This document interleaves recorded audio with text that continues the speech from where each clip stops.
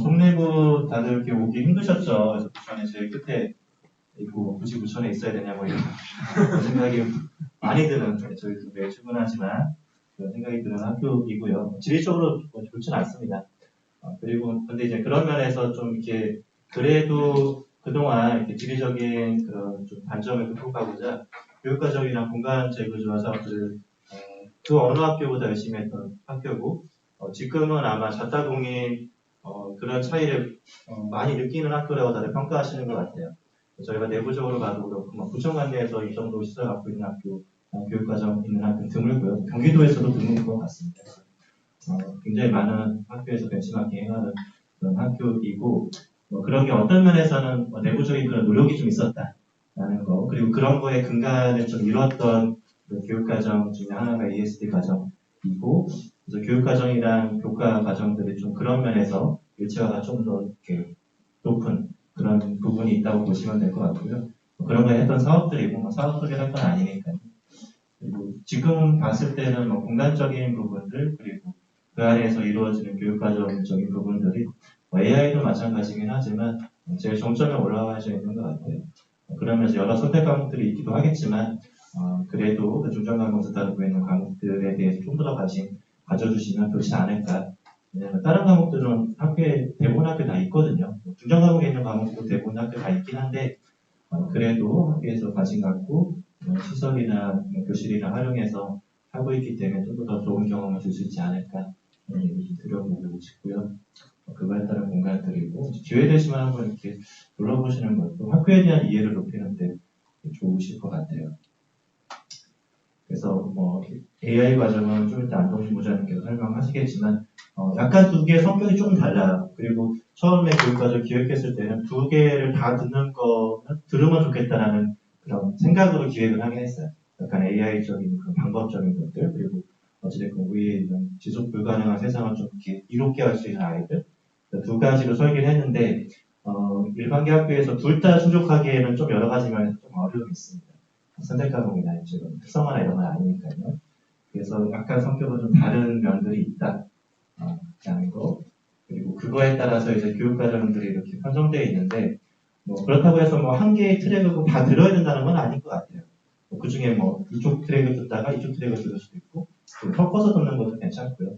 그 중에 자신의 진로나 이런 거에 맞춰서 한쪽을 듣는 것도 괜찮은 것 같습니다. 그러면서 지속가능 발전 교육은 이런 거라고 적혀 있는데 읽진 않을게요. 그냥 한마디로 얘기하면 과학이랑 사회랑 같이 결합한 교육과정이라고 보시면 돼요.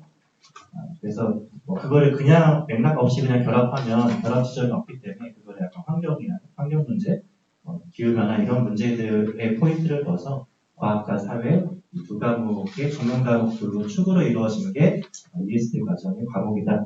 이렇게 이해하시면 좀 더 쉬울 것 같고요.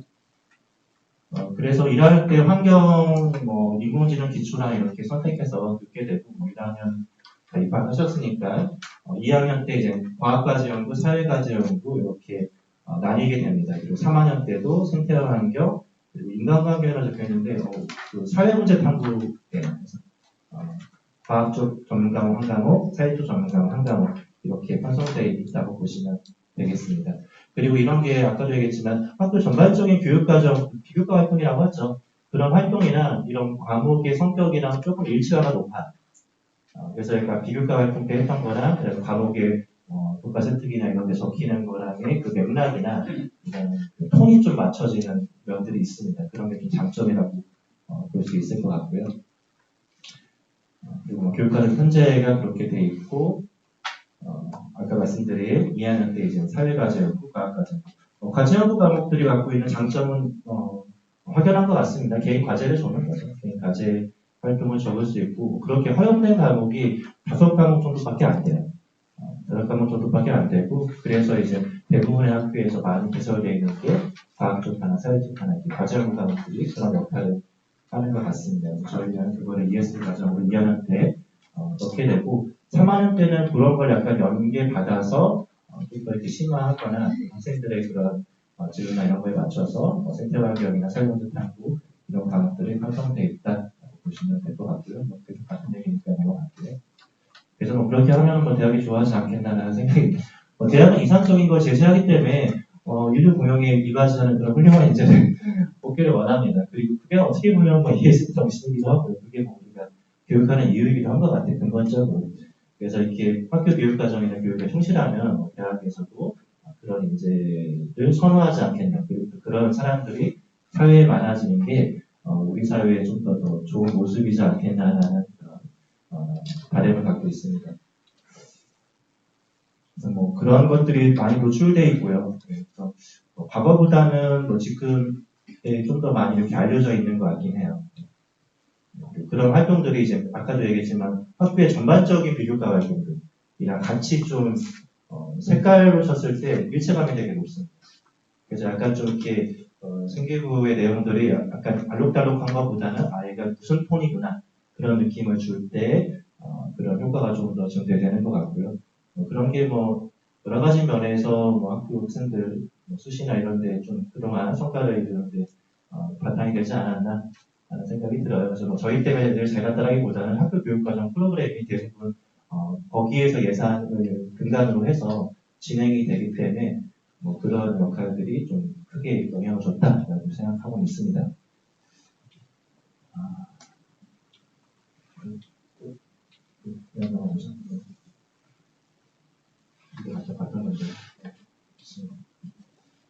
넘어갈게요. 네, 그래서 올해 이제 기획하고 있는 창의적 체험활동, 진짜 무수히 많은 프로그램인데, 좀 전에도 이렇게 프로그램 하나 오긴 했는데, 다양하니까 애들 좀 보내주세요. 좀 안타까운 거는 두 부류의 아이들이 제외가 돼요. 하나는 한 부류의 아이들은 너무 잘하는 아이들, 그래서 학교를 불신하는 아이들이 있습니다. 학교는 그냥 이렇게 법적으로 좀 필요한 존재 이렇게 생각하는 아이들이 있어요. 학원에 많이 의지하시는데 그런 아이들이 참여자 안 해요. 그리고 또 한 부류의 아이들은 극단에 있는 아이들, 집에서 동생 밥 줘야 되는 아이들이 있어요. 진짜 많더라고요. 부천역 가면 맨날 만납니다. 동생이랑 같이 다녀요. 되게 짠하기도 하고 학교 좋은 프로그램인데 애들이 왜 감각을 채우면 않지 이런 걸 생각해봤을 때 동생 밥 줘야 되니까 그런 면들이 있더라고요. 그 양극단의 아이들이 조금 제외가 되고 이제 그 중간에 있는 아이들이 이제 선택을 하게 되는데 어찌됐건 이렇게 좀 필요로 하는 아이들이 이렇게 들었으면 좋겠고요. 그리고 교과 활동이 중요합니다. 교과 활동이 중요하고 그래도 그거를 약간 좀 뒤에 MSG처럼 이렇게 약간 어차피 그 수준의 아이들은 다 비슷합니다. 어차피 다 비슷해요. 전국에 그런 비슷한 레벨의 아이들의 특이사항은 비슷할 수밖에 없어요. 상태적으로 쓰는 게 최선이니까. 근데 이제 그거에서 약간 차이를 줄 수 있는 그래도 비교과 활동의 영역이기도 해서 그런 면에서 학교에서 다양하게 열고 있고 아까도 얘기했지만 그런 활동들의 맥락들과 교과로 선택하게 될 과목들의 교과 세트이랑 같이 가는 면들이 있다. 그런 게 장점이다. 라는 생각을 좀 드려보고 싶고요. 그리고 이제 약간 공간적으로나 시설적으로 그리고 예산적으로 좀 지원을 받습니다.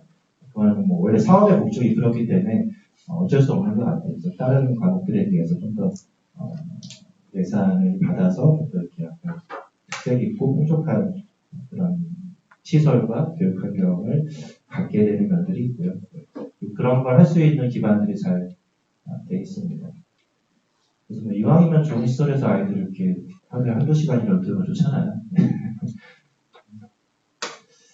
1학년 때 환경 과목이 있고요. 그다음에 2학년 때 이제 과제 연구 과목이 있는데, 근데 이게 과제 연구가 좀 그 수능 선택 과목이랑 같이 좀 맞물려 있어서 좀 고민되는 부분들이 있어요. 기하랑 같이 붙어 있거든요. 그래서 그거에 대한 선택은 부모님들이나 학생들이 해야 된다. 그거에 대해서 말씀드릴 수 있는 것 같지는 않은데, 학교 내부에서 고민 수업이기도 해요. 근데 이제 과목의 구조상 그럴 수밖에 없는 면들이 있는데 각각의 갖고 있는 장점은 명확합니다. 과제 연구는 교과지만 생기부에 할 수 있는 개인 과제의 영역을 적을 수 있는 거의 유일한 과목의 역할이 있고 또 기하 나름대로의 수능 과목의 이상과 그리고 또 약간 요구하는 학교의 과들이 좀 있습니다. 전체는 아니지만 그거를 고려하는 게 약간의 좀 같은 선택지상에 있어서 고민되는 부분이고요. 그거에 대한 수업 모습들이고 뭐 과제 연구니까 뭐 영역이나 내용은 뭐 과제의 탐구에 대한 부분이라고 보시면 됩니다. 사실적이고요. 3학년 과목도 맥락은 비슷합니다. 과정공식이나 개인 과제. 그리고 이제 평가 전문 과목들이니까 평가의 그런 역할로서의 기능보다는 학생들에게 이제 이런 활동들의 연계선상상에서 기록해주는 거가 좀 더 이제 역할이라고 생각하고 있고. 네, 그리고 뭐 저희 학교 유튜브 채널인데 뭐 구독 안 하셔도 괜찮지만 가끔 구독하시면 들어와서 보시면 많은 도움이 되고요. 특히 여기 아마 올해도 그렇지만 이렇게 입시 설명에 한 자료들이 있어요. 이게 어느 입시학원보다 학교의 내부 자료를 가지고 가장 정확하게 입시 전략을 설명하고 있기 때문에 작년 거에도 대동소이합니다. 뭐 학생들이 바뀐 것도 아니고 제도가 바뀐 것도 아니기 때문에 꼭 시간 되실 때 들어가셔서 올해 것도 있고 작년 것도 진학 설명의 그 영상 업로드한 카테고리가 있습니다. 그 부분을 꼭 한번 봐주시기를 좀 부탁드리겠습니다. 네, 이상 간단히 설명 마치겠습니다. 네, 감사합니다. 네, 그러면 네, 다음으로는 AI 교육과정에 대해서 소개해 주실 안동진 선생님 준비되셨나요? 네, 준비를 하고 계신 것 같습니다. 예. 혹시 ESD 잘 들으셨나요? 혹시 감이 오시나요? 이게 사실 송내고만의 굉장히 특색 있는 교육과정이라 혹시 이쪽에 환경 쪽이나 뭐 에너지 이쪽 분야에 관심이 있는 아이들이 있다면 굉장히 학교를 잘 선택해서 왔다라고 보시면 될 것 같습니다. 실제로 작년에 제가 이제 고3 담임을 하면서 저희 반에 에너지에 빠져있는 학생이 한 명 있었어요. 근데 얘는 생기부를 봤더니 1학년 때부터 3학년 때까지 이 환경 관련, ESD 관련의 활동 전부 다 참여했고요. 생기부가 몽땅 다 에너지예요. 어떤 과목이든 뭘 하든 다 에너지와 관련된 내용만 있어요. 얘가 성적은 아주 좋진 않았습니다. 하지만 성적 대비해서는 굉장히 좋은 학교를 입학을 하게 되더라고요, 실제로. 왜 입학하게 됐나 봤더니, 다 에너지였고, 얘는 과도 에너지로만 썼어요. 실제로 성적에 비해서 뭐 서울에 있는 대학교도 하나 붙기도 했고요. 이렇게 여러 학교를 합격을 하더라고요. 그래서 혹시 정말로 저쪽에 관심 있는 학생들은 꼭 많이 참여시켜 주시면, 물론 학생의 성장에도 도움이 되지만, 대입에도 도움이 된다라는 말씀 드리겠습니다. 준비가 된 것 같아서 이제 AI 교육과정 소개해드릴 거고요. 저희 학교의 AI 자칭, 타칭 전문가이시죠? 안동진 부장님 소개해드리겠습니다.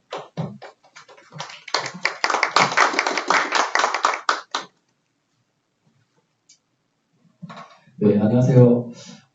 이제 성내고등학교 교육정보를 맡고 있는 안동진입니다. 인공지능 융합 교육과정을 성내고등학교에서 2020년도부터 이제 시작을 하고 있는데요. 인공지능 하면 좀 되게 생소하시죠? 그냥 인공지능이 뭘까? 일단 좀 어려운 분이 아닌가 이렇게 먼저 생각을 하실 텐데 좀 기본적인 것부터 간단히 말씀드리고 이제 학교 교육과정에 대해서 안내를 해드리도록 하겠습니다. 일단 인공지능 하면 이제 기계잖아요. 기계인데 기계는 또 프로그램인데 인간처럼 이제 사람처럼 생각하고 판단하는 이제 그런 능력을 가지고 있는 프로그래밍 기계 이런 아이들을 이제 인공지능이라고 하고 또 이제 우리 사회에서 굉장히 많이 활용이 되고 있습니다. 그래서 스마트 도우미, 자율주행 자동차 뿐만 아니라 뭐 법률, 금융, 예술 이렇게도 많이 활용이 되고 저도 이제 가까운 지인을 보면은 뭐 대기업에 이제 근무를 하고 있는데 그 AI 부서가 하나 새로 생겼다는 거예요.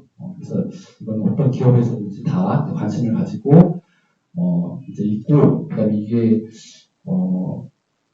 이제 그냥 고등학교 교육에서 머무르는 것이 아니라 지금 이제 대학원, 그다음에 대학, 그다음에 중학교, 고등학교, 그다음에 초등학교까지 전반적으로 전체적으로 지금 그 교육을 해나가고 있고 AI 전문가를 지금 많이 길러내고 있는 그런 상황인 것 같습니다.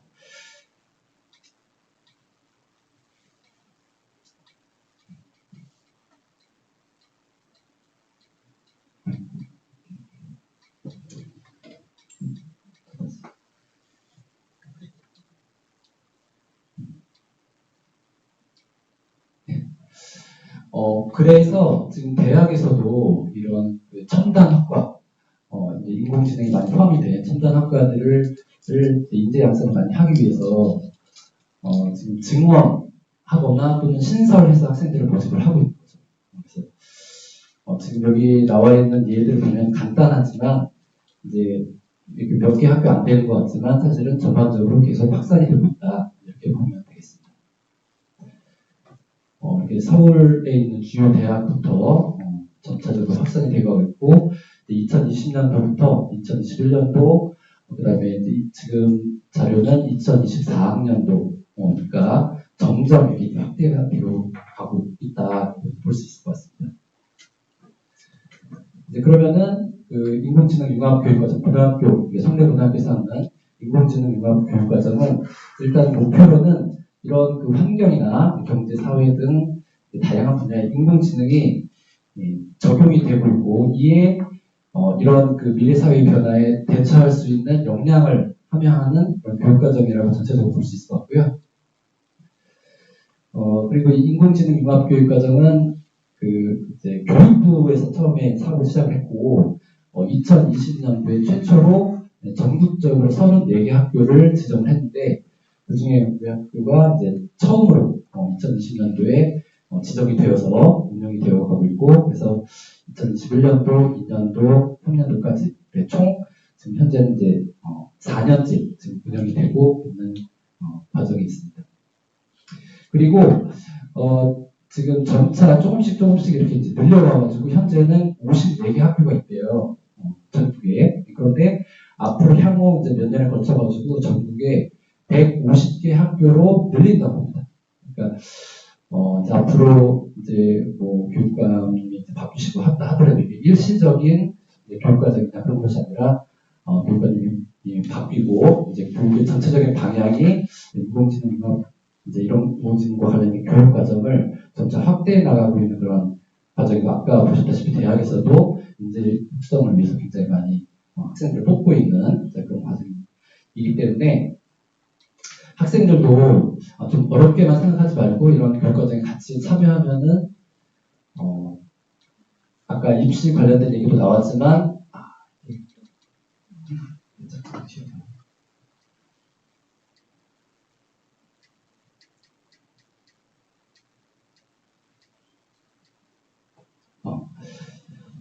그렇지만 학생들이 이제 관심을 갖고 생활기록부에 기록을 많이 해서 입시하는데 굉장히 도움 많이 받을 수 있으면 이제 좋을 것 같고 부모님들도 이제 오셨으니까 같이 관심을 가지고 좀 이렇게 서로 대화하시고 하실 때 많이 권유해 주셔가지고 많이 학생들 참여할 수 있었으면 좋겠습니다. 일단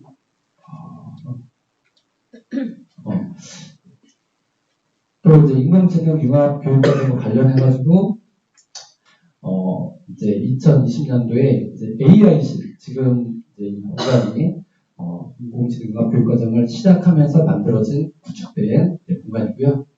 뿐만 아니라 컴퓨터실도 2개가 있고 그다음에 AI 관련된 동아리 활동이라든지 다양한 활동하기 위한 기반 이제 구축된 그 기반이 굉장히 잘 되어 있다고 볼 수 있겠습니다. 지금 이제 5월달부터 학생들이 과목 선택을 많이 하게 될 텐데요. 일단 1학년 때 이제 정보를 필수로 다 배우고 또 이제 인공지능 기초로 1학년 때 선택을 해서 이제 배우는 학생들이 있죠. 그리고 2학년 때 이제 프로그래밍, 그다음에 3학년 때는 인공지능 수학, 그다음에 데이터 과학과 머신러닝, 인공지능과 미래사회 이런 과목들을 학생들이 필요에 의해서 선택을 해가지고 이제 수업을 듣게 됩니다. 뭐 선택이기 때문에 이 과목을 다 들어야 되는 건 아니고요. 필요한 과목 같은 경우, 본인의 진로와 관련 있는 과목 같은 경우는 하나, 2개 정도 들으면서 학교 프로그램에 참여하면 그게 생활교육에 반영이 되고 진로에 도움이 될 것 같습니다. 그리고 이건 공동교육과정인데요. 이제 다른 학교 학생들도 같이 모여가지고 외부 강사가 빅데이터라는 과목으로 이렇게 우리 학교에 모여가지고 이제 수업을 1년 동안 정규 수업처럼 같이 이제 듣는 그런 과정이 있고요. 1학년 학생들 같은 경우는 2학년 때 이걸 이제 선택해서 들으면은 좋을 것 같습니다. 그리고 인공지능 관련된 동아리도 이렇게 코딩하는 것부터 드론 활동, 그다음에 VR 활동, 그다음에 아두이노 활동, 그다음에 데이터 분석 활동, 그다음에 파이썬 활동 이런 것들을 굉장히 다양한 동아리에서 이제 시도하고 있고 선생님들이 이제 직접 배우세요. 직접 하나하나 배우셔가지고 이제 전부 과목이 아니더라도 선생님들이 이제 많은 노력을 하고 있고 그걸 선생님들이 많이 할 수 있게끔 저희가 지원을 해드리는 게 정보부의 역할인데 많은 협조가 있는 것 같습니다.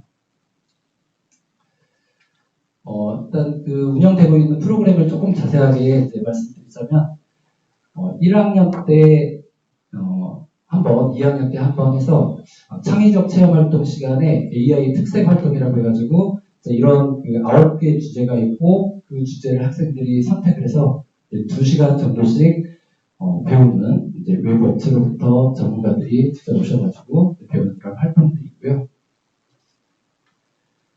그다음에 자율교육과정 여름방학 끝날 때쯤, 여름방학 이제 시작할 때쯤, 그다음에 2학기 끝날 때쯤 기말고사 끝나고 이제 좀 이렇게 쉬는 시간에 자율교육과정 운영을 하면서 인공지능 교육과정과 관련된 주제로 학생들이 이제 수업을 하고 있습니다. 그래서 이런 것들도 이제 교과 수업 시간을 이용해가지고 이제 더 생활기록부에 많이 기록을 할 수 있는 그런 내용들이 되겠죠. 그리고 이제 특강도 운영하고 있는데요. 이제 지금 이게 올해 1학기 지금 이제 준비하고 있는 과정이에요. 5월 4일날 인천대 대학교 교수님이 직접 오셔가지고 강의를 해주시고 이렇게 하나씩 차근차근 저희가 준비를 해가지고 학생들한테 제시를 하고 학생들이 이제 특강을 들으면서 또 이렇게 시야를 넓히기도 하고 또 생활교육도 기록이 되기도 하고 이렇게 하는 거죠. 그래서 또 우리 학교가 인공지능 융합 교육과정을 운영을 한다고 하니까 주변에 그 대학교 교수님들이 이렇게 다 다니시진 않으시거든요. 그래도 이제 교육과정 운영을 하기 때문에 특별히 와주시는 분들도 있으시고 특별히 이제 뭐 강의 자료나 이런 것들도 준비하셔가지고 이제 오시기 때문에 좀 교육과정 운영하는 측면에서는 많이 도움이 되는 것 같습니다. 또 이제 캠프식으로 운영이 되고 있는 그 이제 5월 13일에 하게 될 텐데 이것도 이 책 앱 인벤터 저자가 직접 와가지고 4시간 정도 동안 같이 실습하고 컴퓨터로 이제 컴퓨터로 실제로 이제 참여해가지고 활동하는 것이죠.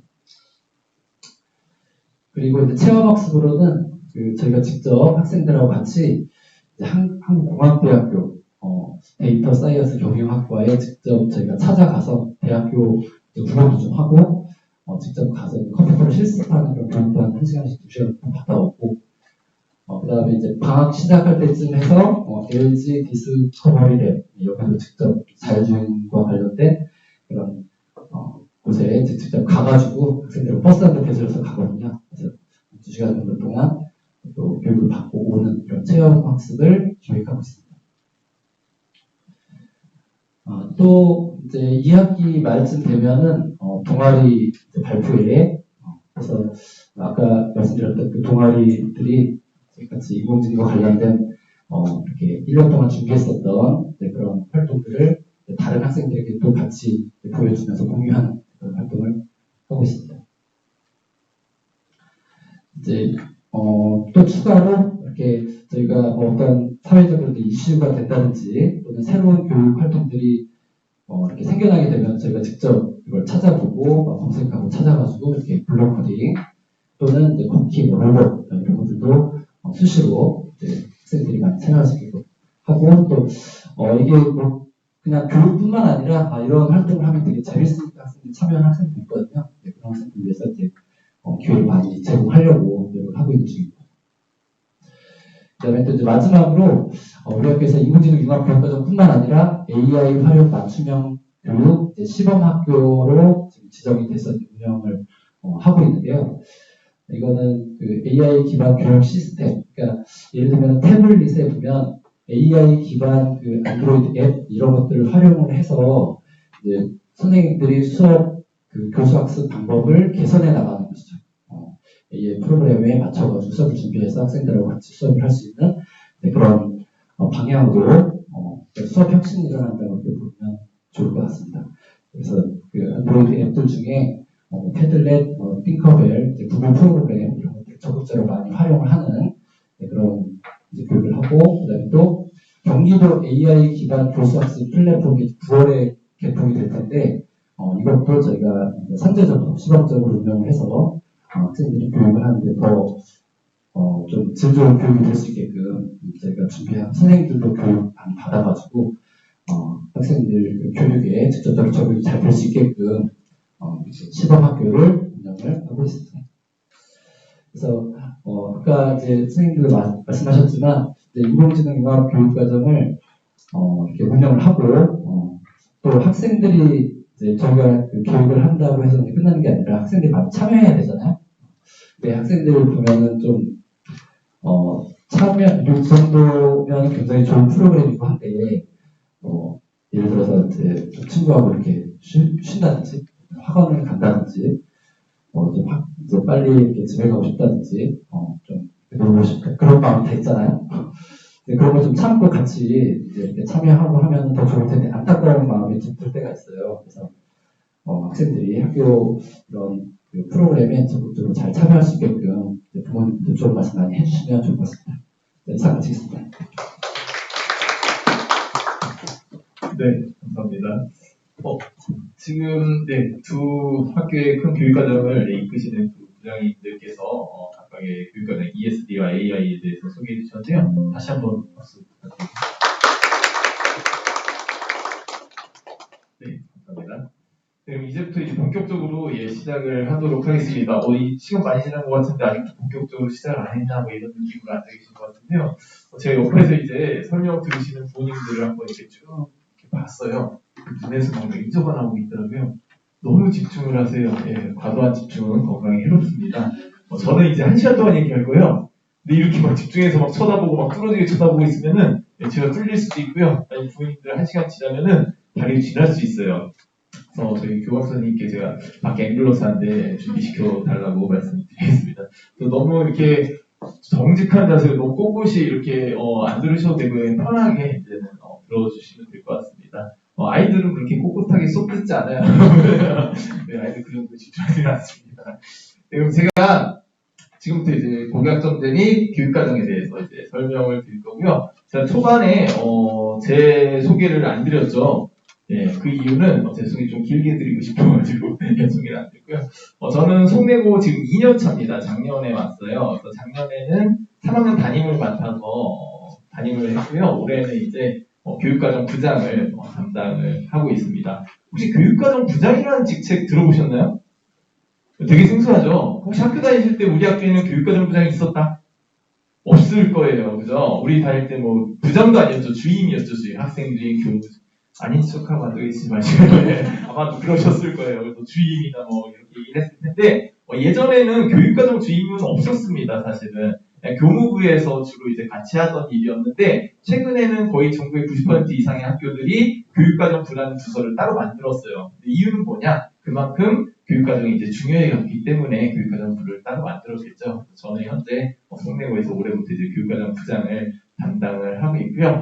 사실 작년에 이제 학교를 옮겨야 되면서 어느 학교를 갈까 고민을 참 많이 했습니다. 송내고에서 굉장히 저에게 러브콜을 막 보내더라고요. 왜 이렇게 러브콜을 보내나 싶었더니 송내고 교육과정이 굉장히 잘 되어 있는 학교예요. 그래서 교육과정을 보고 저도 이제 학교를 이렇게 옮기게 되었고요. 물론 저에게 교육과정 부장을 시킬 거라는 얘기는 안 했지만 왔더니 이제 또 이렇게 시키시더라고요. 올해부터 이제 교육과정 부장을 담당할 건데 앞으로 교육과정에 굉장히 많은 것들이 변합니다. 그래서 이 변화되는 그 지점에 지금 부모님들과 학생들이 서 있기 때문에 여기에 대해서 좀 이제 이해를 하셔야 될 것 같고 그리고 실제로 고교학점제라는 건 2025년에 본격적으로 시작이 되기는 하지만 지금의 학생들도 일부 적용받는 부분이 있거든요. 그래서 그 맥락에 맞춰서 제가 소개를 해드리도록 하겠습니다. 제 소개가 아직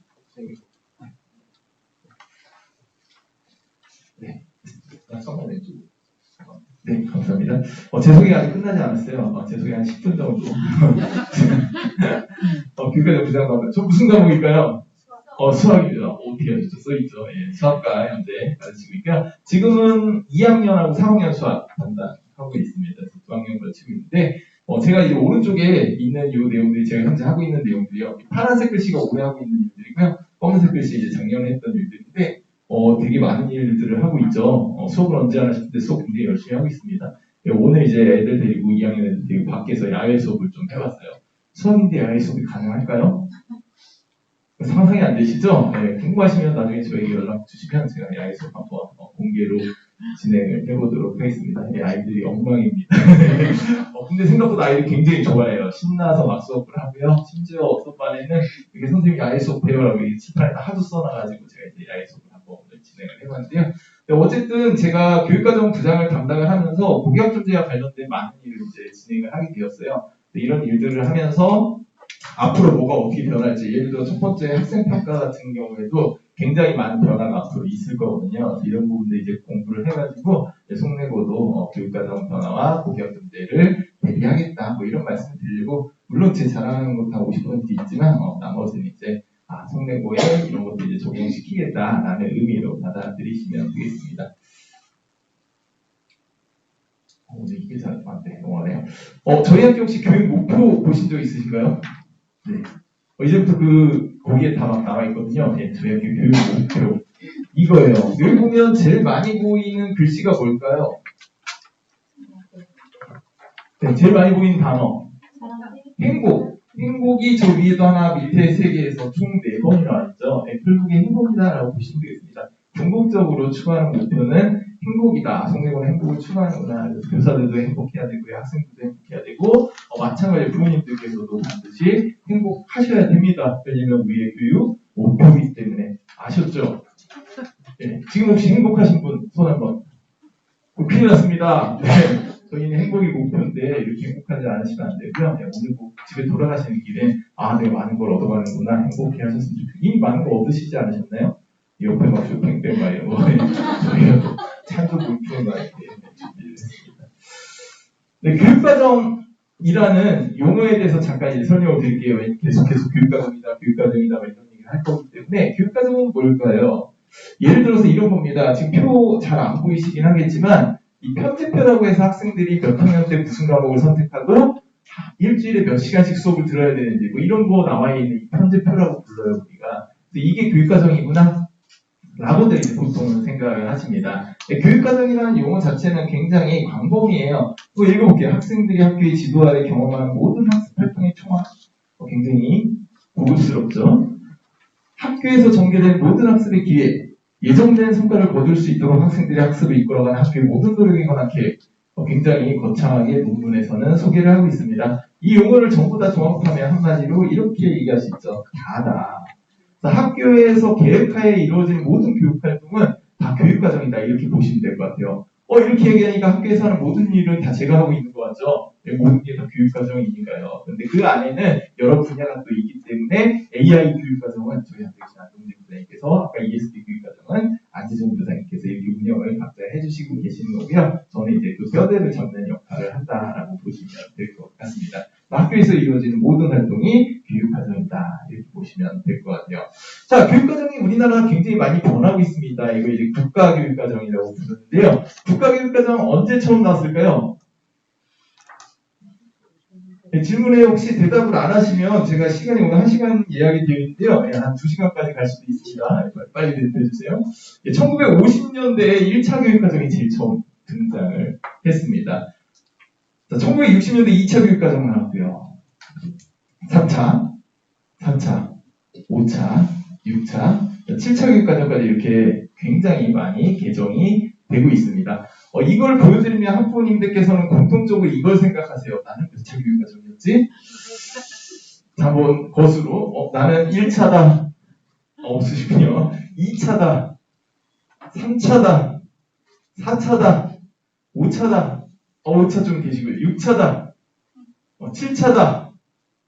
7차 계세요? 7차면은 거의 지금의 아이들과 동급이라고 보시면 되는데.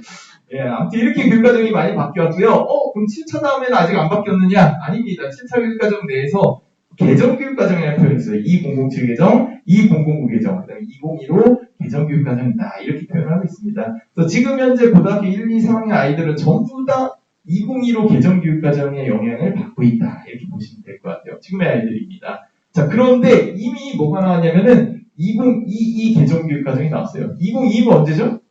작년이잖아요, 이미. 근데 작년에 만들어진 교육과정이라 2022라고 이름이 붙였는데, 교육과정은 나오자마자 바로 다음에 시행할 수가 없습니다. 많은 준비 작업이 필요하겠죠. 그래서 얘는 언제부터 시작되느냐? 2025년부터 시작됩니다. 그래서 2025년에 입학하는 1학년 학생도 있죠. 지금 현재 중학교 2학년 학생에 해당합니다. 혹시 자녀분들 중에서 중학교 2학년 아이가 있다면 아, 걔부터는 교육과정이 또 바뀌는구나라고 생각하시면 될 것 같아요. 근데 그 2025년 입학생부터 같이 진행되는 게 뭐냐? 고교학점제다 이렇게 보시면 될 것 같습니다. 그래서 교육과정이 이렇게 수시로 변하고 있기 때문에 우리가 이 바뀌는 교육과정에 대해서 이해를 하고 학교 생활을 준비해야 되지 않을까라는 말씀을 드리는 거고요. 자, 이제 본격적으로 고교학점제 이야기를 한번 해볼게요. 읽어보겠습니다. 학생이 기초 소양과 기본 학력을 바탕으로 진로 적성에 따라 과목을 선택하고 이수 기준에 도달한 과목에 대해 학점을 취득 누적하여 접하는 제도입니다. 여기 이제 고교학점제의 정의예요. 자, 그런데 이걸 모든 학생들이 지금 현재 적용받지 않습니다. 이걸 모든 적용을 받는 학생들은 2025년 입학생들부터고요. 그럼 지금의 현재 1, 2, 3학년 아이들은 어디까지 적용을 받을까요?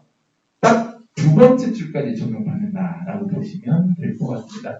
얘네들은 이수 기준에 도달하지 않아도 학교만 잘 나오면 지금 현재는 다 졸업이 됩니다. 상관없어요. 시험에서 빵점 맞아도 상관이 없진 않죠. 졸업하는 데는 상관이 없어요. 출석만 잘하면 졸업이 됩니다. 그런데 2025년 입학생들부터는 출석만 하고 졸업이 되지 않아요. 각 과목마다 이수 기준이라는 게 정해져 있는데 거기에 도달해야지 학점을 딸 수 있다. 대학교랑 비슷하다. 이렇게 보시면 되겠죠. 학점을 따야만 졸업이 가능하다. 학점을 못 따면 졸업을 못해요. 실제로. 이런 제도입니다. 그런데 지금 현재 1, 2, 3학년 아이들은 두 번째까지만 적용이 된다. 이 두 번째 보시면은 기초 소양과 기본 학력을 갖춰야 된다. 이런 얘기죠. 기초 소양과 기본 학력은 보통 우리가 이제 1학년 때 갖출 수 있습니다. 1학년 때 이제 공통 과목이라는 과목을 아이들이 주로 들어요.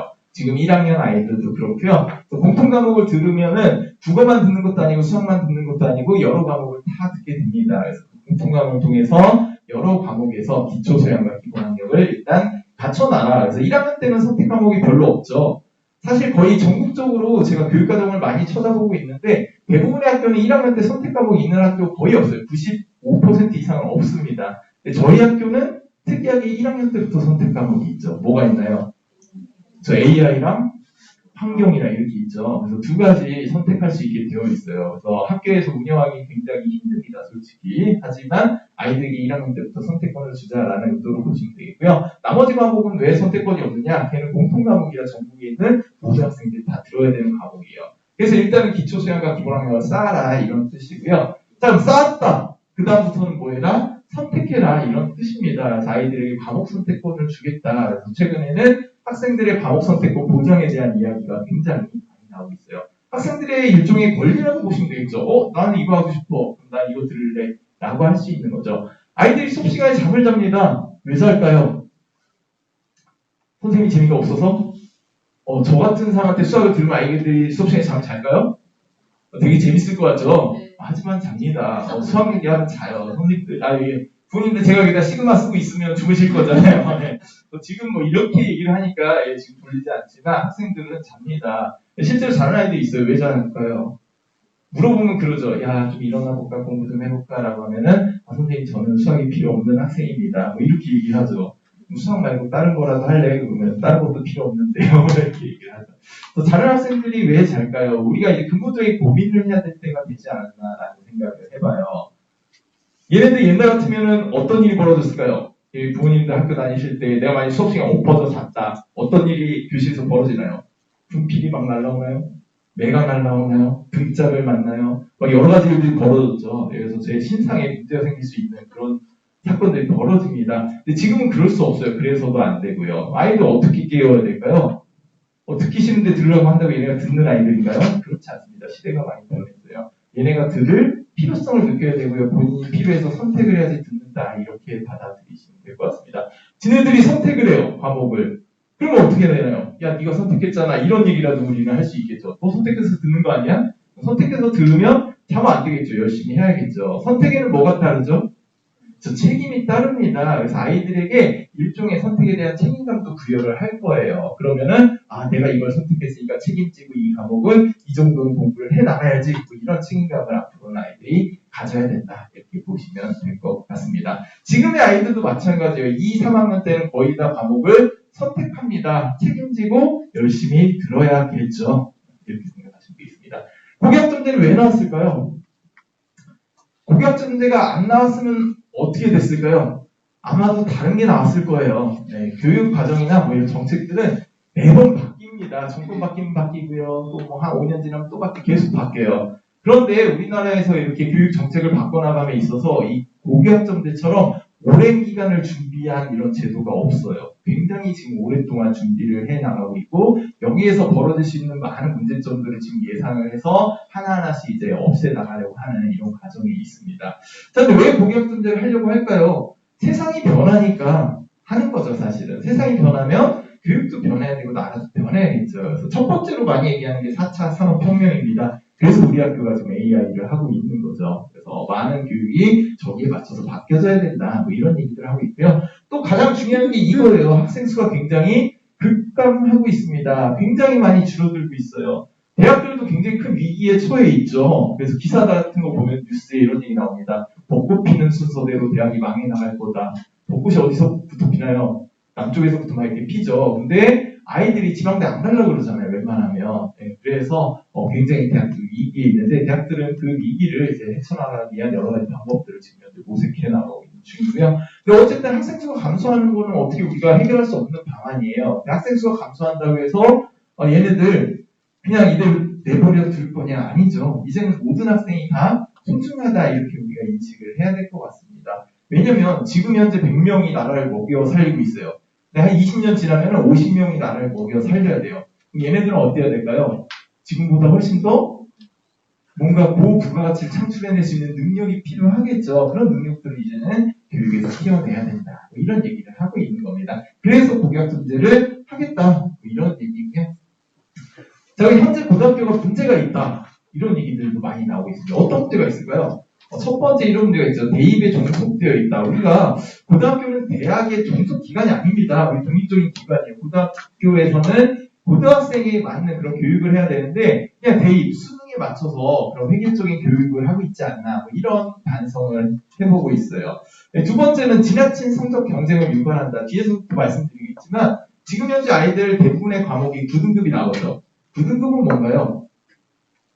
줄세우기예요. 상대평가죠. 상대평가이기 때문에 내가 아무리 잘해도 내 옆에 애들이 나보다 잘하면 나는 9등급이에요. 내가 99점을 받아도 나를 제외한 나머지 아이들이 다 100점을 받으면 나는 9등급이에요. 말이 되나요? 저는 말이 안 된다고 생각을 해요. 하지만 현재 대학 입시를 위해서 사실 상대평가를 하고 있는 중이죠. 근데 이런 것들이 이제는 많이 없어질 거다라고 보시면 되겠습니다. 상대평가의 반대는 뭐죠? 절대평가라고 알고 계시잖아요. 그래서 절대평가의 개념에 해당하는 이제 성취평가제, 물론 완벽하게 똑같은 의미는 아니지만 성취평가제라는 게 이제 도입이 많이 될 거다 이렇게 보시면 되겠습니다. 그럼 이런 거죠. 아이들 시험 보고 나면 저한테 이런 질문을 하는 아이가 있어요. 선생님, 저 몇 점 맞았나요? 이거는 알아요. 제가 채점해 보면 뭘 물어보냐면 쟤는 몇 점 맞았나요? 이걸 물어봐요. 왜 물어볼까요? 제가 나보다 잘하면 안 되니까 이런 걸 물어봐요. 얘한테 도움을 안 줘. 야, 뭐 좀 보여줘. 안 보여주면 이러죠, 애들. 왜냐면 나 혼자 잘 받아야 되니까. 그러면 안 돼요. 앞으로 우리가 잘 먹고 잘 살려면은 서로 도와서 잘 살아야지. 나 혼자 이거 잘한다고 해서 잘 살 수 있을까요? 그런 시대는 끝났다고 봅니다. 그래서 협력할 수 있는 이런 능력도 굉장히 중요하거든요. 근데 아이들이 협력하게 하는데 상대평가를 하고 있어요. 협력이 될까요? 저 같아서 협력 안 할 것 같아요. 왜냐면 나는 1등급 받아야 되는데 쟤는 못해야 되는데 이런 생각을 가질 수밖에 없을 것 같아요. 그래서 앞으로 아이들이 정말로 협력하고 서로 도와서 너도 잘하고 나도 잘하자 이렇게 되려면 결국에는 절대평가, 성취평가제가 필요하지 않나 뭐 이런 생각으로 도입된다라고 보시면 될 것 같습니다. 자, 고교학점제 종합추진계획이 발표되었습니다. 언제 발표되었냐? 2022년 2월에 발표되었어요. 교육부에서 발표했습니다. 자, 어떤 내용들이 들어가 있는지 핵심을 말씀드릴게요. 그래서 이게 2025년부터 시작되는 게 아니고 본격적으로 지금부터도 이걸 하고 있다라고 보시면 되겠습니다. 첫 번째, 학생 선택형 교육과정. 교육과정에서 학생들 선택하게 하겠다. 지금도 하고 있습니다. 학생 개인별 시간표. 예전에는 교실에 보면은 시간표가 하나 딱 붙어 있죠. 그러면 이거는 그냥 입안 아이들, 모든 아이들에게 다 적용되는 그런 시간표였어요. 근데 지금은 그렇지 않습니다. 아이들 이동 수업, 굉장히 많고요. 같은 반이지만 서로 다른 과목 듣는 경우 굉장히 많고요. 같은 반이고 같은 과목인데 다른 시간에 수업 듣는 뭐 이런 케이스도 현재 나오고 있습니다. 아이들이 그만큼 선택이 복잡해지고 다양하게 되었기 때문에 이제 개인별 시간표로 움직인다라고 보시면 되겠고요. 그 다음에 출석 플러스 학점. 이제는 출석만 하면 안 된다. 학점도 따야 된다. 이거 이제 2025년부터 이루어질 일이다라고 보시면 되는데, 그런데 학점이라는 이야기가 이미 나오고 있어요. 올해 1학년 아이들 있죠. 올해 1학년 아이들부터는 이미 학점이라는 용어를 쓰고 있는 중입니다. 2학년은 단위라는 표현을 써요. 근데 1학년은 학점이라는 표현을 써요. 1학년 학점을 따야 되는데 학점 못 따면 졸업 못할까요? 그렇지는 않습니다. 아직까지 그렇지는 않지만 어쨌든 지금도 학점이라는 표현을 쓴다. 이런 얘기고요. 다양한 수업 형태가 나올 거다라는 이야기들도 나오고 있어요. 최근에 많이 이슈가 되고 있는 게 학교 밖 전문가 수업 참여. 이걸 이제 학점을 인정해 줄 거냐 말 거냐. 그 범위를 어디까지로 할 거냐. 뭐 이런 이야기들이 현재 논의가 되고 있는 중인데요. 이런 부분들도 이제는 많이 확대가 될 것 같아요. 왜냐면 아이들이 원하는 게 있는데, 물론 송대고 같은 경우에 시설이 워낙 잘 돼 있고 교육과정이 잘 돼 있기 때문에 아이들이 원하는 거 웬만하면 다 해줍니다. 그런데 나는 이걸 하고 싶은데 우리 학교에는 이걸 해줄 수 있는 여력이 없고 선생님도 아무것도 없어요. 그러면은 얘가 듣고 싶은데 너는 현실상 안 돼. 예전엔 그렇게 얘기했겠죠. 그런데 이제는 얘가 들을 수 있는 방법을 많이 찾아주려고 지역에서도 노력을 하고 있다, 이렇게 보시면 될 것 같습니다. 본격적인 종합추진기에서 그래서 이제 성취평가제를 이렇게 하겠다라는 얘기인데요. 나중에 2025년 입학생 중2 학생들부터는 이제 학업 성취율 40%에 도달을 해야 돼요. 그렇지 못하면 학점을 못 받는다. 이렇게 생각을 하시면 되겠습니다. 자, 단계별 이행계획이라는 게 또 나왔어요. 이거는 2022년 8월에 나왔습니다. 자, 단계적이라는 게 뭘까요? 2025년에 본격적으로 복양천재 시작하겠지만 우리는 단계적으로 차근차근 준비해 나가겠다. 뭐 이런 뜻이겠죠. 자, 그런데 이게 언제 많이 적용되느냐? 2023년 올해죠. 올해부터 단계적으로 적용되는 것들이 굉장히 많아졌다. 이렇게 보시면 되겠어요. 1학년 아이들이죠. 뭐가 바뀌었느냐? 작년하고 올해 바뀐 내용을 좀 소개를 해드릴게요. 자, 앞에 보면 이제 학점이라는 표현이 이렇게 나와 있죠. 학점이 들어가 있고요. 단위라는 표현이 작년까지 있었는데 올해 입학생부터 이제 학점이다. 작년까지 이제 204단위. 간단하게 단위에 대해서 소개를 해드리면 일주일에 3시간짜리 수업은 3단이고요. 일주일에 4시간짜리 수업은 4단이다. 이렇게 생각하시면 돼요. 다르게. 그런데 원래 지금 2, 3학년 아이들은 저희가 6학기죠. 1년에 2학기씩이니까 6학기 동안 총 204단위를 들었어요. 근데 지금 1학년 아이들은 6학기 동안 192학점을 들으면 됩니다. 학점이랑 단위랑 사실 똑같이 생각하시면 돼요. 대신에 용어만 바뀌었다 이렇게 보시면 되는데 그럼 얼마큼 줄었을까요? 수학 시간입니다. 몇 학점 줄었을까요? 저 12학점이 줄었죠. 근데 12학점 어디로 날아갔을까? 교과에서 6학점이 사라졌고요. 그리고 창의적 체험 활동 아시죠? 창체, 자동, 자율, 문사, 동아리, 진로 여기에서 6학점이 날라왔습니다. 근데 우리가 보통 고등학교 1, 2, 3학년에서 각각 2학기씩 6학점, 6학기를 이제 아이들이 수업을 듣기 때문에 결국에 한 학기에 2시간씩 없어졌다 이렇게 보시면 돼요. 일주일에 2시간이 줄었다. 이렇게 가볍게 생각하시면 될 것 같습니다. 일주일에 뭐가 줄었냐? 교과에서 1시간, 창체에서 1시간 줄어든다. 뭐 이렇게 생각하시면 될 것 같아요. 왜 줄었을까요?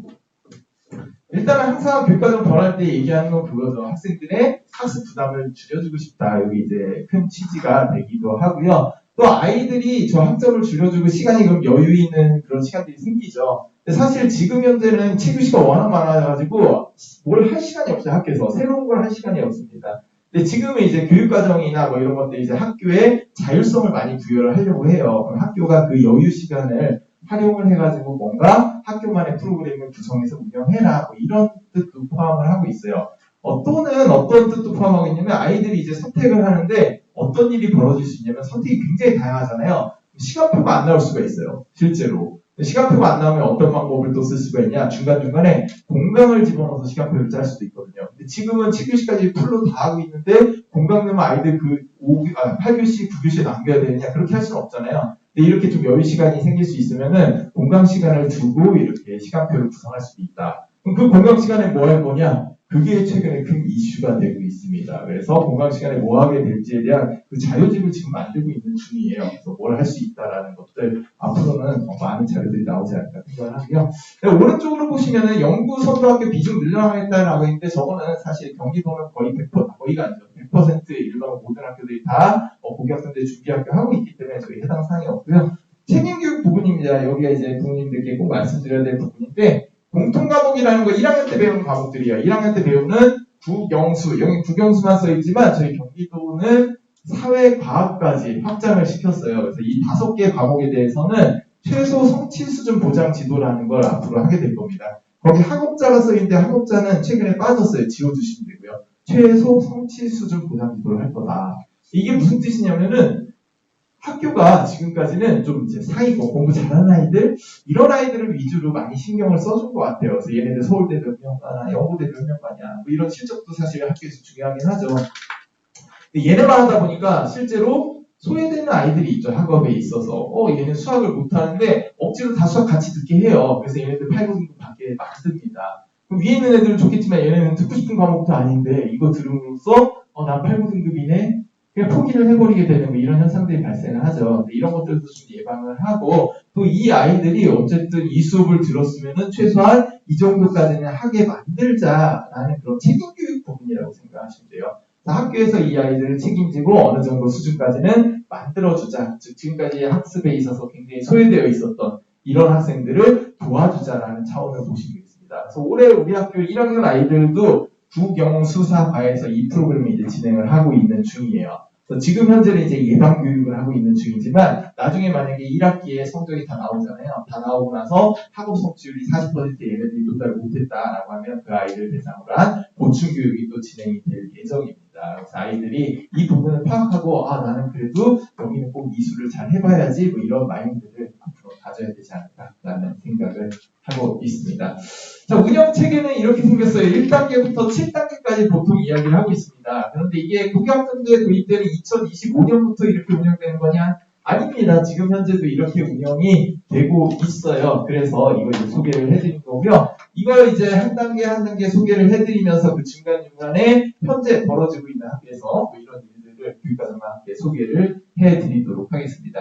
자, 1단계는 다양한 과목 개설이에요. 과목을 다양하게 개설해야 된다. 어디에서? 학교에서 개설을 해야겠죠. 그래서 어떤 과목들이 개설될 수 있는지를 한번 보도록 하겠습니다.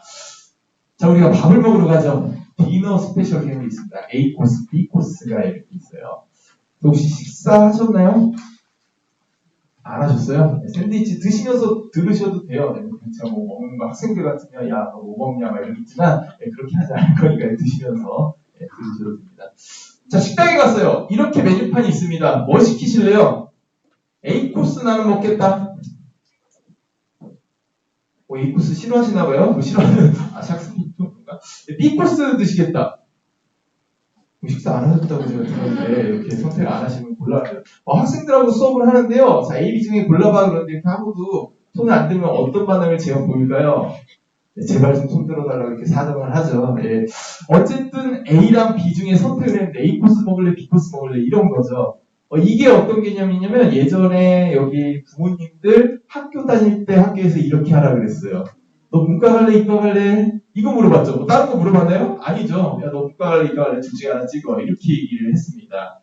그런데 꼭 이상한 애들 있잖아요. 선생님, 저는 이 중에서 상품 냉채랑요, 호유우육이랑, 뭔 소리인지 모르겠죠. 호유우육이랑 어향동굴을 먹고 싶어요. 뭔지도 잘 모르겠지만 어쨌든 이걸 먹고 싶어요. 라고 식당 가서 이거 달라고 했어요. 이거 3개 주세요. 저는. 식당에서 뭐라 그럴까요?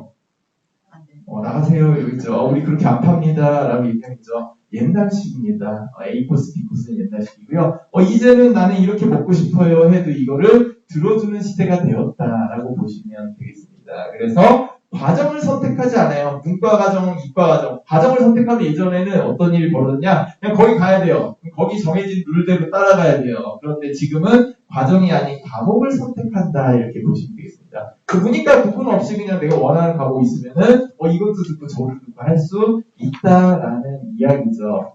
이해되시나요? 그런 시대가 되었습니다. 어떤 과목들이 있느냐?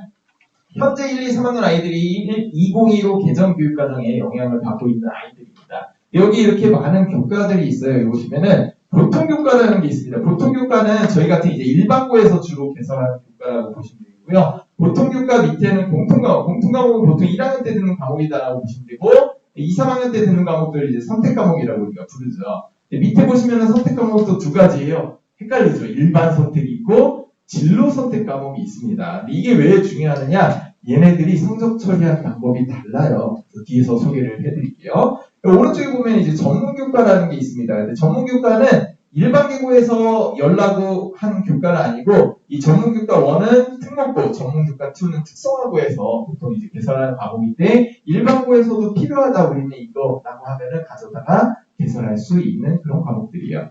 창의적 체험 활동이 있습니다. 자율, 동아리, 봉사, 진로 이렇게 4개의 영역으로 구성이 되어 있습니다. 여기에 대해서 좀 자세히 소개를 해드리면 일단 보통 교과에 이런 것들이 있어요. 되게 많죠. 국어, 영어, 수학 과목들, 탐구, 체육, 미술, 생활교육 이렇게 많은 과목들이 있습니다. 여기 아주 많은 과목들이 있는데 제가 특별히 인공지능 기초와 인공지능 수학에다가 이렇게 체크를 해놨죠. 이유는 뭐냐? 2015 개정교육과정이 처음 들어왔을 때는 저 두 과목이 없었어요. 그런데 중간에 새로 이렇게 나도 들어갈래 뛰어 들어갔습니다. 왜 들어갔을까요? 그만큼 중요하고 이제 필요하다라는 얘기죠. 그래서 저희 송내고등학교 빠르게 저 두 과목은 다 현재 개설이 되어 있습니다. 그래서 우리 AI도 운영하고 있잖아요. 그래서 그 원하는 학생들은 들을 수 있다라는 얘기고 생각보다 많은 과목들이 있어요. 여행지리 혹시 들어보셨나요? 저희 학교에서 개설되어 있는 과목인데요. 아이들 여행지를 그렇게 좋아합니다. 이름 자체가 사실 재밌잖아요. 그래서 이런 과목들이 생각보다 많이 있다. 보통 교과도 이렇게 많은데 전문 교과도 되게 많아요. 제가 다 넣어놓지 못했습니다. 너무 많아가지고 이런 과목들이 있다. 여기서 이제 원하는 과목은 우리가 가져다가 개설할 수 있다라고 보시면 되겠고요. 그리고 이렇게 국가에서 제시하는 과목들이 이렇게나 많은데도 우리 학교는 여기 있는 과목 말고 다른 거 한번 해보고 싶어요. 이런 경우도 있을 수 있잖아요. 학교에서 신청을 합니다. 우리 이거 한번 해볼래요. 교육청에서 허가를 내줘요. 심사를 해가지고. 그러면은 실제로 운영할 수 있습니다. 여기 많은 과목들이 있죠. 이게 다가 아니고요. 실제로 고등학교에서 학교에서 신청해서 우리 이거 해볼래요. 신설 승인 과목이라고 부르는데 이 신설 승인 받은 과목들이 무려 3,000개가 넘어요. 어마어마하죠. 그래서 아마도 이런 과목 학교에 있지 않을까? 이런 과목 개설될 수 있지 않을까라고 생각하는 웬만한 과목들은 다 있다라고 보시면 되겠습니다. 물론 그 3,000개가 넘는 과목을 학교에서 다 개설해 줄 수 있다라는 건 아닙니다. 하지만 개설할 수도 있다, 원하면. 이런 얘기고요. 근데 그 중에서 이제 제가 마음에 드는 몇 개 과목을 이렇게 쭉 적어봤어요. 북두술래. 좋아 보이지 않아요? 실제로 개설하는 학교를 제가 봤습니다. 그래서 전화해서 물어봐서 이거 어떻게 운영하고 있냐? 누가 하고 있냐? 국어 선생님이 하신대요. 국어 선생님이 진짜 애들 데리고 이렇게 돌아다니면서 이렇게 날 잡아서 술래도 하고 이렇게 하시대요. 방학 때 프로그램도 하시고 굉장히 텃밭 가꾸기 우리 학교 가능해요. 텃밭 우리 학교 되게 이런 거 많거든요. 가능합니다. 그래서 이런 것도 개설할 수 있고요. 텃밭 가꾸기는 실제로 경상남도에서 개설된 과목이에요. 그런데 경기도에서도 이걸 하는 학교가 하나 있더라고요. 바로 또 전화해봤죠. 이거 어떻게 운영하세요? 라고 전화해봤더니 아이들 너무 좋아한대요. 아이들 왜 좋아할까요? 공부하기 싫으니까 좋아하겠죠. 맞아요. 왜 개설하셨어요? 의도를 물어봤습니다. 이거 왜 개설, 일반 고 때 왜 텃밭 가꾸기를 개설하셨나요? 물어봤어요. 뭐라고 그러셨을까요? 기초교과 우리 국영수 얘기하잖아요. 3학년 때 국영수가 있는데 이 국영수 모든 아이들 수능 봐야 되니까 이거 다 듣는다고 한다고 얘네가 다 듣나요? 아니죠. 안 하는 애들 안 하죠. 한 반에 한두 명씩 안 하는 아이들 있잖아요. 그 아이들 시간 아깝지 않나요? 그 시간에 어차피 안 할 건데 국영수 하라고 굳이 3학년 때 1학년 때 하면 사실은 기초적인 건 다 되는데 3학년 때까지 꼭 그걸 해야 되냐 이런 마인드로 개설을 하셨대요. 그래서 그런 아이들이 실제로 텃밭 가꾸기를 선택을 하는데 기초교과를 안 하고 애들 잘 수 있을까요? 큰일 나요. 일사병 걸려요. 큰일 납니다. 텃밭 가꾸다가 자고 가면 큰일 나요. 쓰러져요. 그래서 그렇지 않게 아이들 굉장히 열심히 한다. 또 이 아이들이 나는 국영수는 싫지만 저런 걸 하면서 갑자기 여기에 취미를 느끼고 흥미를 느껴가지고 이런 쪽으로 갈 수도 있잖아요. 그런 의미를 가진 이런 과목들이다. 저 처음에 되게 우습게 봤는데 우습게 볼 수 있는 과목이 아니더라고요. 근데 그 학교에서 이런 얘기 하셨습니다. 우리 학교 전교 5등 하는 아이가 텃밭 가꾸기 신청했대요. 국영수 대신에. 그러니까 국영수 중에 한 과목을 빼고 텃밭 가꾸기 신청했대요. 그래서 애를 불러다 이제 얘기를 한 거죠. 야, 이거는 너를 위한 과목은 아니다. 너 같은 애들이 듣는 과목 아니야. 이렇게 얘기했더니 얘가 선생님 저 이런 거 되게 좋아하는 그런 아이들 있잖아요. 되게 감성적이로 하는데 이거 되게 좋아합니다. 그래서 저 이 1시간만이라도 힐링하는 시간을 학교에서 갖고 싶어요. 학교에서 오케이 해줄 때 정말로 열심히 수업도 열심히 듣고 이것도 열심히 참여하는 이런 학생도 있다더라 라는 소식을 제가 전해 듣고는 굉장히 의미가 있구나라고 생각을 했습니다. 색깔이 다른 게 하나가 있죠. 데이터과학과 머신러닝. 이거 왜 색깔 다르게 했을까요? 우리 학교에 개설된, 잘 들으셨네요. 아까 말씀해 주셨는데, 저희 학교에 개설된 과목이에요. 3학년에 개설된 과목이고요. 사실 제가 뭐 전문가가 아니라 저희 뭐 하는 건지는 잘 모르겠지만, 어쨌든 이런 과목들이 저희 학교에 개설되어 있다. 소개를 되게 멋있죠, 제목이. 그죠? 자, 그리고 아이들이 이제 선택을 합니다. 아까도 말씀드렸지만, 이제 책임을 져야 돼요. 학교도 책임이 있지만, 아이들도 이제는 책임감을 가져야 된다. 뭐 이런 얘기고요. 자, 학교에서 이런 교육과정을 개설을 해놨는데, 이런 경우가 있어요. 선생님, 저희 한 5명 정도가 이거 듣고 싶어 하는데, 이거 어떻게 개설 안 될까요? 옛날 같으면, 야, 5명은 또 어떻게 개설하냐. 뭐 이렇게 했죠, 학교가. 근데 이제는 들어줄 수 있는 방법들 모색을 하고 있다라고 보시면 되겠고요. 소수 학생들이 과목 선택권을 한 걸 보장하기 위해서 이제 소인수 선택 과목이라는 것도 만들고 있어요. 그래서 아이들 인원수가 좀 적더라도 어떻게든 개설을 해주고 방법을 좀 찾아보는 이런 노력들을 현재 하고 있는 중입니다. 또 공통교육과정이라는 게 있습니다. 공통교육과정 말 그대로 우리 학교 학생들만 듣는 게 아니고 여러 학교 학생들이 함께 듣는 과목을 우리는 공동교육과정이다라고 이야기를 하고 있어요. 공동교육과정 중에서도 온라인 공동교육과정이 있습니다. 오프라인이고 온라인이 있어요. 특히 1학년 학부모님들께서는 잘 들어주셔야 되는 게 이게 2학년 때 운영되는 과목이기 때문에 1학년 아이들에게는 아마 2학기 때쯤에 이게 안내가 갈 거예요. 그래서 이런 과목들이 개설될 건데 듣고 싶은 사람 신청해라.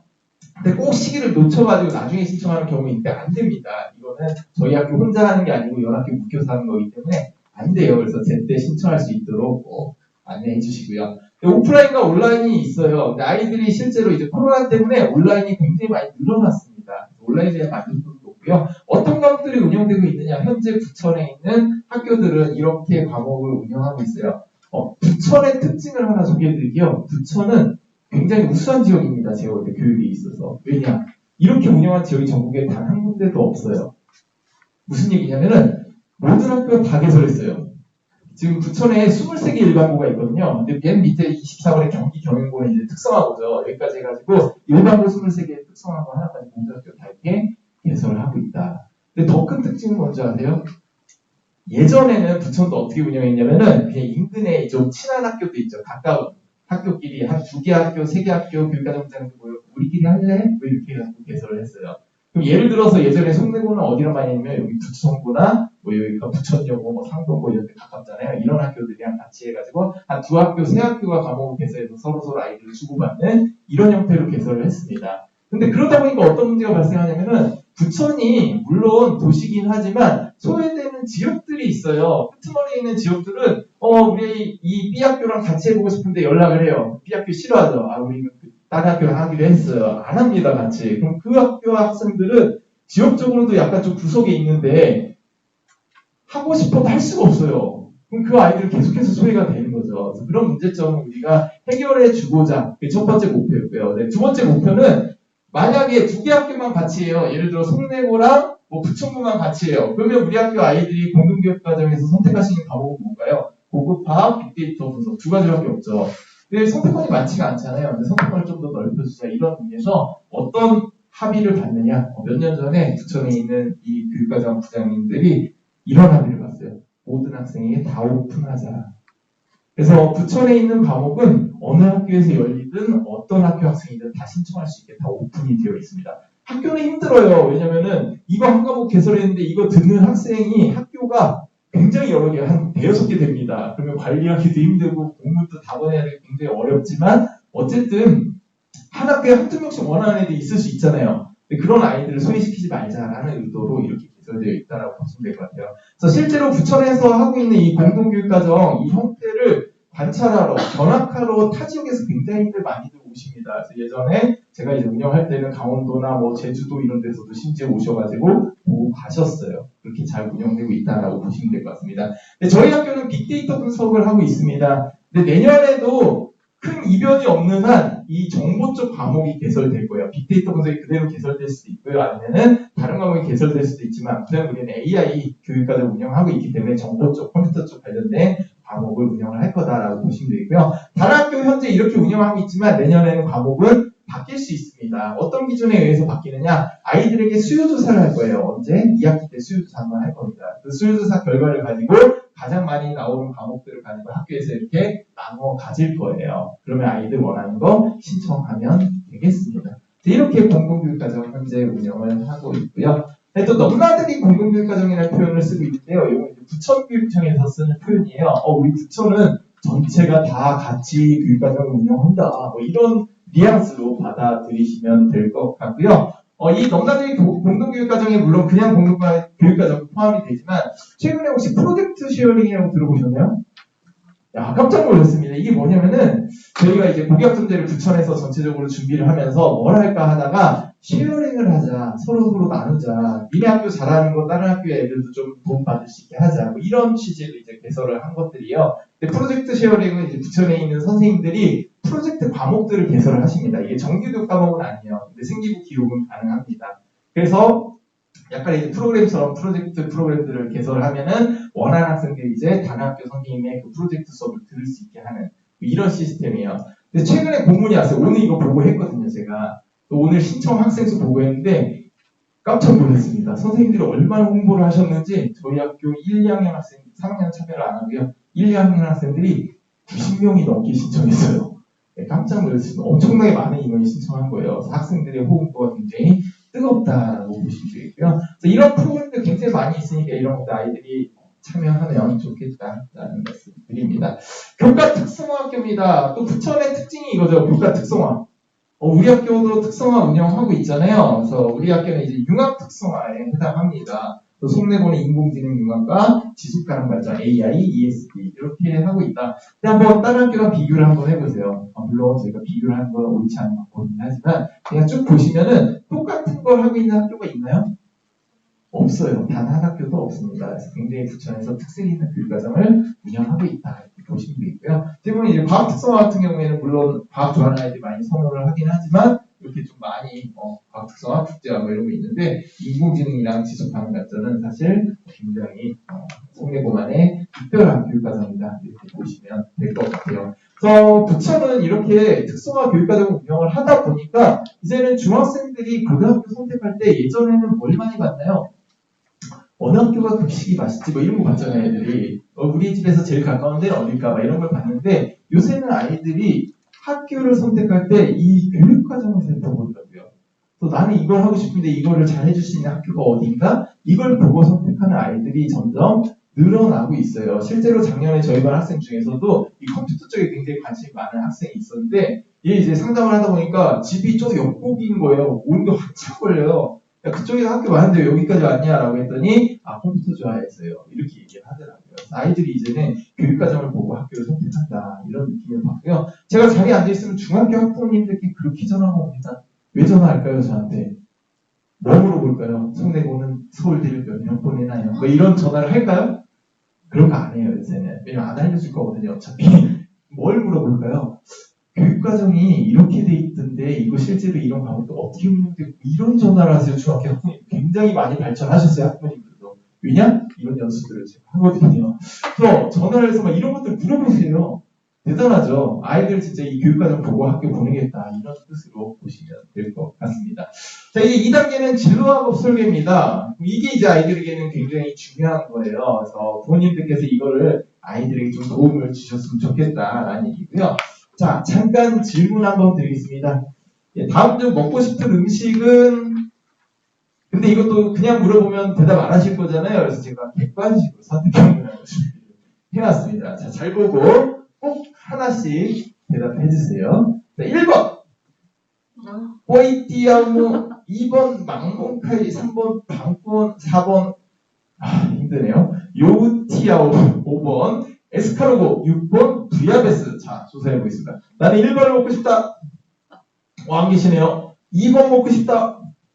안 계시네요. 3번 먹고 싶다. 없고요. 4번 먹고 싶다. 없고요. 5번 먹고 싶다. 한 분 계시네요. 신기하게도 5번에서 꼭 답이 나와요. 약간 좀 있어 보이는 음식이다. 뭐 이런 의견들이. 6번 먹고 싶다. 6번은 좀 있으시네요. 5번, 6번에서 사실 좀 약간 유럽풍의 향기가 풍기는지 많이들 이제 손을 드시더라고요. 왜 5번 선택하셨나요? 네, 이름이 마음에 들었어요. 이름이 마음에 들어서. 그쵸. 애들이 왜 여행지를 선택할까요? 이름이 마음에 들어서. 그럼 돼요, 안 돼요? 안 되죠. 그래서 사실은 선택을 하라고 했는데 이게 뭔지 모르면 선택할 수 없어요, 사실은. 그래서 물론 이름이 마음에 들어서 선택하시는 분들도 계시지만 나는 저게 뭔지도 모르는데 선택하라니까 굉장히 난감하잖아요. 아이들도 마찬가지입니다. 과목을 선택해야 되는데 아무것도 몰라요. 이 과목 뭐 하는 건지 전혀 모르는데 그냥 선택하라 그래요.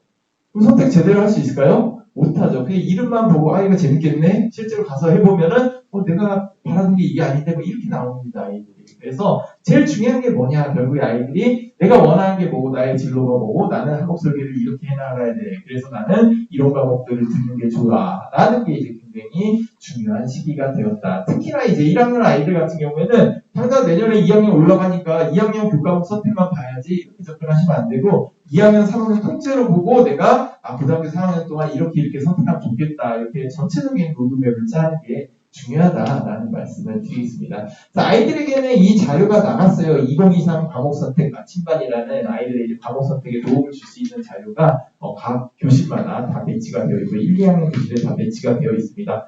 이걸 부천교육청에서 만든 자료인데요. 여기 이제 올해 집필위원으로 4분이 참여를 하셨어요. 놀랍게 그 중에 3명이 저희 송내고 선생님들이십니다. 거의 75% 송내고에서 만들었다. 뭐 이렇게 보시면 되고요. 그 중에 25%는 제가 만들었다. 이렇게 보시면 되고요. 어떤 내용들이 있느냐? 교과별로 이제 과목 안내를 하고 있어요. 그래서 여기에 저희 학교에서 비롯된 과목도 이제 아까 그 좀 특별한 과목 빼고는 웬만한 과목은 다 들어가 있습니다. 그래서 이 과목은 뭘 하는 과목이고 이 과목은 뭐가 좋아요? 뭐 이런 설명들이 이 안에 다 포함이 되어 있다라고 보시면 되고요. 또한 아이들이 어떻게 진로 진학 준비를 하고 또 대학 입시에서 과목 선택이 왜 중요한가 뭐 이런 내용들이 이 안에 다 포함되어 있어요. 관심 있으시면 아이에게 야 교실에 이런 책이 있다더라 잠깐만 가져와 봐라 이렇게 하셔가지고 그 대신에 꼭 갖다 놓으셔야 돼요. 보시고 갖다 놓으셔야 되고요. 자, 계열별 학과 안내도 나와 있습니다. 그래서 어떤 과들이 있나 어떤 학교에 국가가 있나 우리가 또 고등학교가 물론 대학의 종속 기간은 아니지만 우리가 또 대입을 빼놓고 생각하기는 좀 그렇잖아요. 또 대학에 가려면 어떻게 하는 게 더 나에게 좋을까 뭐 이런 고민들도 함께 해보셔야 될 것 같다는 얘기고요.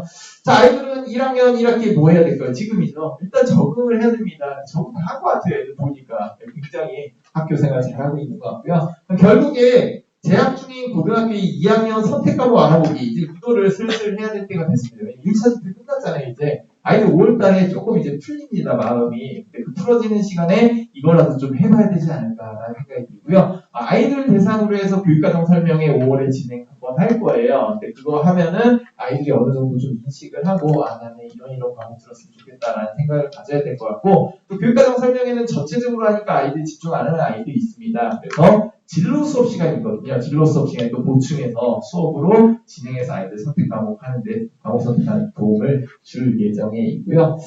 또 1학년 2학기에 뭐 해야 될까요? 폭넓은 독서를 마음껏 할 수 있는 시간. 그렇죠. 시간이 이렇게 많죠. 2학년 1학기에 뭐 해야 될까요? 2학년도 마찬가지로 3학년 선택 과목 이제 알아봐야 됩니다. 물론 얘네는 알고 있을 거예요. 왜 알고 있을까요? 작년에 이미 1학년 때 저희가 2학년만 선택하게 하는 게 아니고 3학년 과목도 다 선택하게 해요. 일단은. 물론 바꿀 수는 있습니다. 바꿀 수는 있지만 어쨌든 전체적인 계획을 세워봐라 라는 차원에서 그래서 지금 2학년 아이들도 이미 내가 작년에 3학년 뭐 선택했구나 모를 거예요. 네, 모릅니다. 기억 안 납니다. 그래서 다시 한번 생각을 해보고 내가 이거 선택했으니까 올해는 이걸 바꿔야지 아니면 그대로 가도 좋겠다 뭐 이런 생각들을 이제 해야 되지 않을까라는 이야기입니다. 실제로 자료는 제가 아까 그 나침반 자료를 교실에 있으니까 한번 가져와봐라 이렇게 얘기를 했지만 부모님들께서도 그냥 그 핸드폰만 있으시면 다 보실 수 있어요. 어디 있느냐? 고교학점제 홈페이지에 들어가면 돼요. 그냥 포털 사이트에 고교학점제 이렇게 치면 고교학점제 홈페이지 있거든요. 근데 저 루트를 타고 들어가 보시면은 여기에 교육청마다 아주 경쟁적으로 자료들을 다 만들어놨어요. 예전에 불과 한 3년 전만 해도 자료가 하나도 없었는데 한 군데서 만들기 시작하니까 다 만들더라고요. 그래서 여기에 웬만한 자료는 다 있습니다. 과목 선택에 관련된. 여기 중에 아무거나 내가 원하는 교육청 거 참고하시면 돼요. 거의 내용은 비슷하다라고 보시면 될 것 같습니다. 그래서 예를 들어 이런 식이에요. 수학원. 지금 2학년 아이들이 배우는 과목인데요. 수학원은 어떤 내용이 있을까? 이거 지수함수와 노구함수 있고요. 상담함수, 수열 뭐 이런 내용들이 있다. 내용은 뭐가 있다. 관련 학과는 뭐고 관련 직업은 뭐가 있다. 뭐 이런 내용들이 주로 들어있다라고 보시면 될 것 같습니다. 자, 아이들이 과목을 보고 나는 이 과목이 좋아, 이게 내 진로에 맞아라고 해서 선택을 하죠. 예, 그게 좋은 선택 방법입니다. 자, 그런데 꼭 그것만 볼 수는 없어요. 우리가 또 고려해야 될 것들이 많이 있습니다. 첫 번째, 성적 처리 방법이 고려를 해야 돼요. 무슨 얘기냐? 다른 거는 다 마찬가지인데 여기 있어요. 아까 선택 과목 중에 일반 선택이 있고 진로 선택이 있다라고 말씀을 드렸잖아요. 근데 일반 선택 과목 같은 경우에는 대부분 다 9등급을 산출해요. 상대평가한다는 얘기죠. 근데 진로 선택 과목은 전부 다 9등급 산출 안 합니다. 현재 뭐만 하냐? A, B, C로만 나뉘어요. 성취도 A, B, C로만 나뉘는데 예를 들어 80점 이상은 A, 60점에서 80점 사이는 B, 그 밑에는 C 이렇게만 평가됩니다. 절대평가죠. 그렇기 때문에 거기에서는 내가 그냥 잘하면 돼요. 내가 잘하면 A를 받을 수 있는 이런 방법입니다. 그래서 아이들이 사실 성적 처리 유형에 따라 굉장히 민감해요. 왜냐면 아무래도 상대평가 과목보다는 성취평가대 A, B, C로만 운영하는 과목들이 살짝 마음에 좀 안도가 되죠. 약간 부담을 좀 덜하는 뭐 이런 과목들이 있죠. 그래서 아이들이 선택을 할 때 이 석차 등급을 내느냐 안 내느냐 이런 것들도 좀 고려를 한다라고 보시면 될 것 같고요. 그렇다고 해서 나는 이 과목을 듣고 싶은데 얘는 석차를 내네? 그럼 석차 안 내는 과목 이렇게 가는 게 옳은 방법일까요? 그렇지는 않습니다. 일단은 내가 원하는 과목을 듣는 게 필요한 과목을 듣는 게 1순위다라고 보시면 될 것 같고요. 자, 그러면 이제 또 중요한 게 이겁니다. 그럼 진로 선택 과목이라고 제가 계속 얘기 드리는데 A, B, C로만 나와요. 그럼 이거는 등급이 안 나오는데 대학에는 어떻게 반영이 될까 궁금하시잖아요. 안 궁금하세요? 저만 궁금해? 궁금하시잖아요. 그죠? 궁금하기 때문에 말씀을 드리는 거고요. 대학별로 진로 선택 과목 반영하는 방법이 다 달라요. 저도 못 외웁니다. 왜냐면 다 다르기 때문에. 근데 이게 또 바뀌어요. 언제 바뀌냐? 지금 아이들이 대학 갈 때는 어차피 또 바뀌어요. 그래서 이거 외우지 마세요. 어차피 바뀔 거예요. 근데 지금 현재는 이렇다라는 이야기를 드리겠습니다. 지금 현재 진로 선택 과목 어떻게 반영되느냐? 예를 들어서 여기 두 과목만 반영하는 학교들이 있어요. 진로 선택 과목에 아이가 듣는 게 아이마다 다르겠죠. 선택에 따라서 어떤 아이는 5개, 어떤 아이는 6개 들었겠죠. 근데 어쨌든 그 중에서 잘한 거 두 과목만 반영하겠다라는 대학들이 있고요. 여기 보면 세 과목 반영하겠다라는 대학이 있고요. 전 과목 다 반영하겠다라는 대학들도 있어요.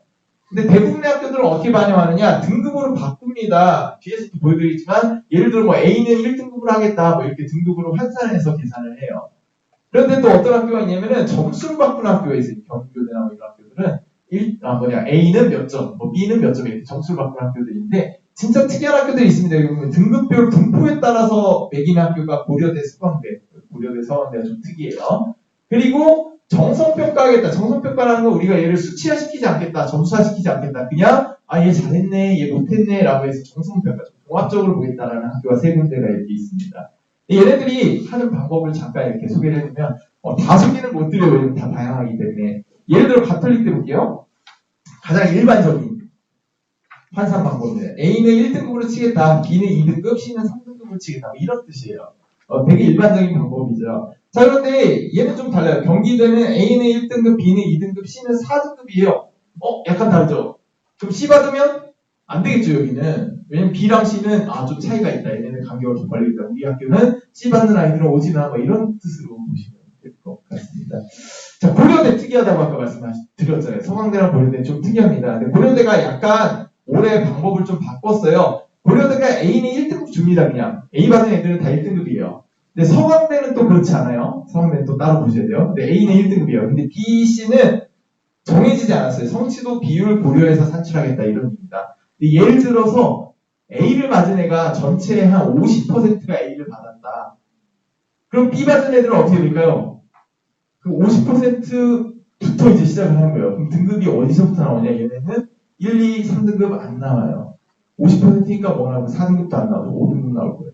이런 식으로 반영하겠다. 그러니까 지금 위에 애들이 몇 퍼센트 받느냐에 따라서 그 BC가 이제 결정이 되는 이런 얘기죠. 그러면 고려대는 무슨 뜻일까요? BC 받으면 오지 마라. 뭐 이런 뜻을 보시면 될 것 같아요. 그러면 A 받는 아이들이 보통 학교마다 뭐 과목마다 다르긴 하겠지만 한 30% 뭐 이 정도 될 거거든요. 그러면은 한 B 받는 아이들은 대부분 한 아주 잘 받아야 3등급이고 못 받으면 4등급 이렇게 받을 가능성이 크거든요. 그렇게 되면은 굉장히 불리해지겠죠. 아무래도 상위권 대학이기 때문에. 아무튼 이런 식으로 우리는 하겠다라는 얘기고 실제로 서강대 같은 경우에는 A부터도 이제 그 환산을 해가지고 A가 너무 많으면은 A도 1등급을 안 주는 뭐 이런 방법을 작년까지 고려돼서 썼었어요. 근데 올해는 일단 이렇게 바뀌었다 고려되는. 근데 또 바뀔 수 있습니다. 네, 참고하시고요. 덕성여대 같은 경우에 여기에 이제 점수로 매기는 건데 A는 100점, B는 90점, C는 97점 이렇게 매기는 학교들이 있다. 그래서 진로 선택 과목을 반영하는 방법도 다양하니까요. 내가 혹시 가고 싶은 학교가 있다라고 하면은 그 학교에서 어떻게 반영하는지 이런 것들도 좀 염두에 두고 물론 나는 다 잘하니까 무조건 뭘 해도 다 A 나와 이러면 상관이 없는데 그렇지 않다면 조금 이제 생각을 좀 해볼 필요가 있지 않을까 생각이 들고요. 자, 또한 아이들이 과목을 선택을 하는데 수능도 무시할 수 없을 것 같습니다. 내가 수능을 봐야 되는데 학교에서 그래도 배운 과목으로 수능을 봐야 되잖아요. 그러면 선택을 해야겠죠. 근데 예전에는 우리가 국어 같은 경우에는 다 똑같은 과목을 봤지만 이제는 둘 중에 하나 아이들이 선택을 해야 됩니다. 언어와 매체랑 화법과 작문 중에 선택을 해서 수능을 봐요. 그러면 실제로 과목에서도 언어와 매체랑 화법과 작문 중에 선택을 해서 선택을 해야겠죠. 자기가 이제 수능에 뭘 볼 거냐 이걸 고려해서 선택을 해야 될 것 같고요. 수학도 마찬가지입니다. 예전에는 문과, 이과만 나누면 가형, 나형 막 이랬죠. 그런데 이제는 그렇지 않고요. 기하, 미적분, 확통 이 세 개 중에 하나를 아이들이 선택해서 봐야 돼요. 그럼 자기가 시험 볼 과목을 잘 골라서 학교에서 수업을 들어야겠다. 뭐 이런 뜻이죠. 사회탐구, 과학탐구는 뭐 마찬가지입니다. 과목이 원래 많았죠. 여기서 이제 택 2를 할 수 있는데요. 택 2면은 예전 같은 경우에는 과학 2개 하거나 또는 사회 2개 선택해야 됐잖아요. 근데 지금의 아이들은 그렇지 않습니다. 과학 한 과목, 사회 한 과목으로 수능을 볼 수 있어요. 원한다면. 근데 그렇게 하는 아이들 많을까요? 거의 없다고 보시면 되겠습니다. 대부분의 아이들은 과학 2과목 또는 사회 2과목을 해요. 근데 특이하게 한 과목은 보겠다. 가능하다라는 얘기를 다 열어준 겁니다. 자, 근데 또 고려해야 될 게 있어요. 뭘 고려해야 되냐면 대학별로 수능 과목을 지정해놓은 대학들이 있습니다. 이거 조심하셔야 돼요. 특히나 인문계열 쪽은 지정한 학교들이 없어요. 자연계열도 있죠. 공대라든가 뭐 수학과 물리학과 뭐 이런 데도 있죠. 여기에는 우리 학교 우리 이과에 들어오려면은 반드시 수능에서 이거 봐야 돼라고 이제 지정해놓은 학교들이 이렇게 있다라고 보시면 되겠어요. 이것도 지금 현재 상황이기 때문에 지금 아이들 대학 갈 때 또 바뀔 거예요. 그때 자료로 보셔야 됩니다. 지금 그냥 감만 잡으시기 바랍니다. 여기 보면 대부분의 학교들이 이제 서울에 있는 좀 중상위권 대학들 이런 학교들이 지정을 해놓은 경우가 많아요. 그래서 여기 보시면은 위에 제가 수학에서 이제 미적분 기하라고 있죠. 미적분 기하 확률 같은 게 세 과목 중에 선택할 수 있는데 서울에 있는 이 학교들의 공대라든가 이런 데 가려면 얘네는 확률과 통계로 시험 보면 안 된다. 이런 미적분이나 기하로 시험을 봐야 된다. 이런 뜻이고요. 또 과학 탐구를 지정해놓은 학교들도 있어요. 이 학교들은 공대나 이런 데 오려면은 과학 하나, 사회 하나 이렇게 들면 안 된다. 사회 2개 들어도 안 된다. 우리는 무조건 과학 2개를 수능으로 봐라. 뭐 이런 대학들도 있습니다. 근데 이렇게 지정해놓은 대학들은 지금은 조금씩 이제 줄어드는 추세예요. 처음에는 더 많았는데 점점 줄어들긴 하지만 남아있을 수 있기 때문에 꼭 확인하시고 나는 이 학교에 공대 가고 싶은데 나는 사회를 잘하니까 사회를 시험 봐야지 나중에 못 들어간다 이런 얘기입니다. 그래서 이런 것들 꼭 고려를 해야 된다라는 얘기고요. 자, 고려해야 될 게 한두 가지가 아니에요. 서울대학교에서 뭘 발표했냐면은 교과 이수 기준이라는 걸 발표했습니다. 우리 학교에 들어오려면 이런 거 하면 좋아요 라는 얘기죠. 그래서 여기 가산점을 주고 있어요. 교과 이수 기준이 두 가지입니다. 1이 있고요. 2가 있어요. 근데 1 같은 경우에는 웬만한 학교에 그냥 아무렇게나 선택해도 다 만족합니다. 근데 문제가 뭐냐, 이 2가 문제예요. 교과 이수 기준 2 같은 경우에는 웬만큼 그냥 선택해서는 안 될 수 있다라는 얘기고요. 여기는 이과 계열의 학생, 즉 과학을 많이 선택하고 수학을 많이 선택하는 아이들은 아무런 문제 없습니다. 웬만하면 다 만족해요. 그런데 과학, 수학 안 하고 사회만 많이 선택한다라고 하면은 교과 이수 기준 2를 만족하지 않을 확률이 굉장히 높아집니다. 그래서 만약에 나는 서울대를 가고 싶어라고 하면은 내가 아무리 인문계열 쪽의 아이라고 하더라도 수학이나 이런 것들을 좀 선택을 해줘야 된다. 뭐 이런 얘기죠. 그럼 교과 이수 기준 2를 만족 못하면 애가 서울대 지원을 못할까요? 아닙니다. 지원할 수 있어요. 가산점의 개념이기 때문에 지원할 수 있어요. 근데 서울대 같은 경우에 굉장히 상위권 대학이기 때문에 당락이 결정되는데 애들이 굉장히 촘촘하게 몰려있겠죠. 근데 그 아이들, 붙은 아이들은 웬만하면 다 가산점 받고 있겠죠. 대부분의 아이들이 다 받을 건데 내가 못 받으면은 굉장히 큰 치명타가 될 수도 있습니다. 그래서 이런 부분들도 신경을 써야 될 것 같고요. 또한 아이들이 이제 학생부 종합전형이나 이런 걸 생각하는 아이들은 내가 이 과를 가려면 반드시 이 과목을 고등학교에 들었어야 돼 라는 게 되게 중요해요. 그래서 서울대 같은 경우에는 모집 단위별로 핵심 권장 과목 및 권장 과목이라는 걸 지정을 해서 안내를 하고 있습니다. 이게 서울대에서 이렇게 안내를 했지만 다른 학교들도 대부분 다 비슷하게 생각을 하겠죠. 교수들은 어떤 마인드를 가지고 있나요? 자기 과목에 대해서 굉장히 큰 프라이드를 지니고 있어요. 나 여기 자부심 있어. 예를 들어 물리학과 교수다. 물리학과 애가 지원을 하러 왔어요. 학생부 종합전형으로 왔어요. 근데 봤더니 얘는 학교에서 물리 2를 안 들었네요. 선택을 안 했네요. 어떤 생각을 가질까요? 얘가 아무리 공부를 잘해도 원하지 않아요. 왜냐? 물리학과에 오면서 물리를 안 듣고 하면 말이 안 되잖아요. 그래서 그런 과목들을 들어줘야 된다라는 얘기입니다. 여기 보면은 다 뭐 수긍이 가는데 가끔 특이한 경우가 있어요. 맨 밑에 보면 화학생물공학부라고 있는데 화학생물공학부만 딱 이만 보면은 뭘 잘해야 될까요? 화학이랑 생물을 잘해야 될 것 같죠? 놀랍게도 핵심 권장 과목이 물리 2입니다. 신기하죠? 여기 올라면 물리 2를 반드시 듣고 하라 이런 얘기요. 나는 화학생물공학과 갈 거니까 화학생물만 들어야지 나중에 학생부 종합전형을 듣는다? 안 될 겁니다. 왜 물리 2 안 들었기 때문에. 이런 것들을 좀 신경을 써야 되지 않을까라는 생각이 들고요. 조금 특이한 케이스인데 이런 케이스가 나올 수도 있기 때문에 이것도 설명을 좀 드릴게요. 포인트의 수시 모집 요강 중에 뭐가 있냐면 미술 우수자 전형이라는 이런 전형들이 되게 많거든요. 근데 그 중에서 좀 특이한 전형들을 만약에 우리 아이가 지원할 것 같다라고 하면은 꼭 모집 요강 살펴보셔야 됩니다. 왜냐면은 이런 게 있어요. 여기 지원 자격이 있습니다. 놀랍게도. 어떤 지원 자격이냐?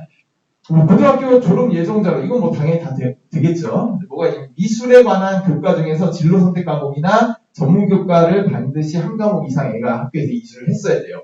요거 선택해서 안 하면은 얘는 여기에 지원할 자격조차도 없는 아이가 되는 겁니다. 이것도 고려를 해야 되는데 더 중요한 건 밑에 있어요. 여기 보면은 학교 생활 기록부 교과 반영 방법이 있어요. 그래서 뭘 반영하냐? 전 과목을 반영하는 게 아니고 국어, 영어는 반영하고요. 근데 밑에 보면 택일이라고 되어 있죠. 수학, 사회, 과학 중에서 하나를 반영하겠다. 수학을 반영하면 수학과 관련된 모든 과목 다 반영하는 거고요. 사회를 선택하면 사회를 다 반영하는 건데 그게 아이가 자기가 유리한 과목을 선택하는 게 아니에요. 자세히 보면. 밑에 아주 깨알 같은 글씨로 뭐라고 석차 등급 1등급부터 9등급까지 있는 과목만 반영을 할 건데 애가 들은 그 과목들 중에서 단위수, 지금 이제 학점이라고 얘기하는 학점수가 제일 높은 과목을 성적을 반영하겠다. 이렇게 나와 있거든요. 이런 거 자세히 살펴보지 않으면 전혀 몰라요, 아이들. 근데 나는 여기 들어가고 싶은데 이것도 살펴보지 않습니다, 아이들. 그러면은 나중에 굉장히 곤란한 상황에 겪을 수 있고요. 실제로 이렇게 곤란한 상황을 겪은 학생을 제가 봐서 말씀드리는 거예요. 어떤 아이가 있었냐면은 예를 들어 이런 경우죠. 미술하는 아이니까 수학, 사회, 과학 중에서 어떤 게 내신 성적 그나마 제일 나을까요? 사회가 제일 좋았어요. 제일 안 좋은 게 뭘까요? 수학이었어요. 근데 얘네들 차이가 엄청나요. 사회는 얘가 정말 잘했고요. 수학은 정말 못해요. 아예 수학은 접었어요. 왜냐면은 나는 대학 가는데 수학이 반영이 안 될 거기 때문에 아예 공부를 안 한 거죠.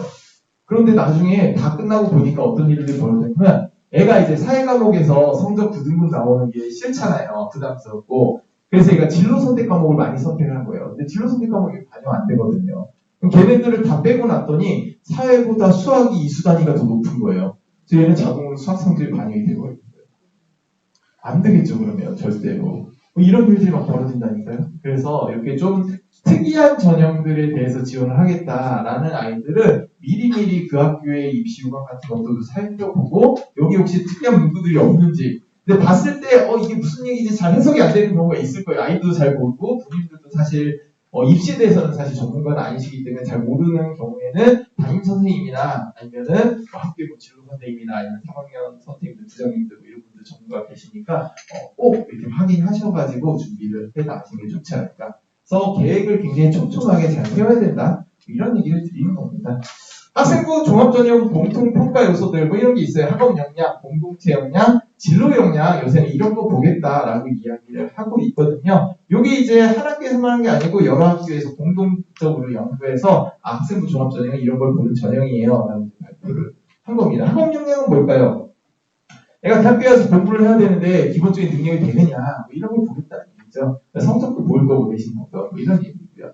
공동체 역량 중요합니다. 이제는 자기 혼자 잘해서는 안 된다. 뭐 이런 얘기예요. 아이들이 다 같이 잘할 수 있고 옆에 있는 아이랑 협력적인 그런 능력도 중요하다라는 이야기고요. 진로 역량, 아이가 여기에 대해서 얼마나 관심을 가지고 탐구할 수 있는 이런 역량을 지금 있느냐 이런 것도 중요하다는 얘기고요. 자, 근데 꼭 이런 질문 들어오죠. 저기 위에 있는 그림은 뭘 의미할까요? 이제 뭘까요? 태풍이죠, 태풍. 태풍은 뭐가 있나요? 진로가 있죠. 네, 태풍 진로가 정해져 있습니다. 우리 아이들 진로가 정해져 있지 않아요. 아직 진로를 정하지 못한 학생은 어떻게 할까요? 진로도 없는데 과목을 선택하라고 하니 굉장히 난감한 이런 학생들도 있습니다. 상담을 하다 보면 너 뭐 하고 싶니? 라고 했는데 아직 하고 싶은 게 없는데요. 이런 아이들이 사실 아직까지 많이 있어요. 그 아이들은 어떻게 과목 선택해야 돼요? 라는 질문을 하면은 이렇게 대답을 해줄 수가 있습니다. 진로가 아직 확정되지 않았지만 그래도 조금이라도 흥미가 있거나 관심이 있거나 아니면 1학년 때 수업을 들어봤을 때 그래도 나는 이 과목은 좀 할만한 것 같아 뭐 이런 과목도 있잖아요. 일단은 그런 과목들을 선택해서 선택 과목들을 이제 수업을 듣다 보면 그 안에 조금 더 심화된 내용들이 나오잖아요. 그럼 이제 2학년 때나 3학년 때 그 심화된 내용들 중에서 나는 이런 거에 좀 관심이 있는 것 같아요 라고 하면 그때 진로를 찾아도 사실 뭐 늦지는 않다. 그래서 흥미와 관심 분야에 맞게 과목을 선택해라. 이런 이야기들을 학교에서는 해주고 있습니다. 그러니까 수강 신청이에요. 대학교 때 수강 신청 어떻게 하셨나요? 가정통신문 받아가 종이에다 이렇게 써서 내셨나요? 그렇지 않죠. 이제는 물론 고등학교 때까지 아마 그렇게 하셨을 거야. 이거 이렇게 체크해서 종이로 냈을 텐데 이제 그런 시대는 지났죠. 그래서 수강 신청 이렇게 학교에서도 이제 프로그램이 있어요. 프로그램에 아이들 안내 나갈 겁니다. 그럼 아이들이 거기서 하나하나 이제 선택하는 거예요. 아이들 하나하나 체크해서 선택하면, 클릭해서 선택하면 뭐가 좋을까요?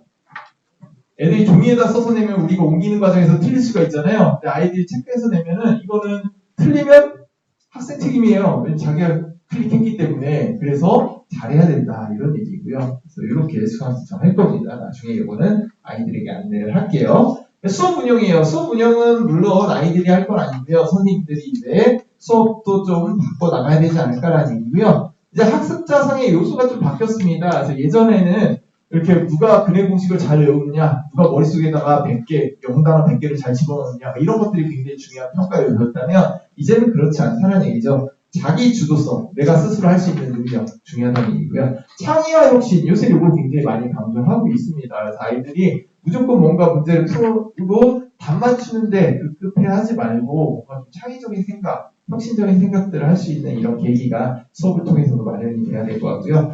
그런 측면에서 저희 학교가 굉장히 적합하죠.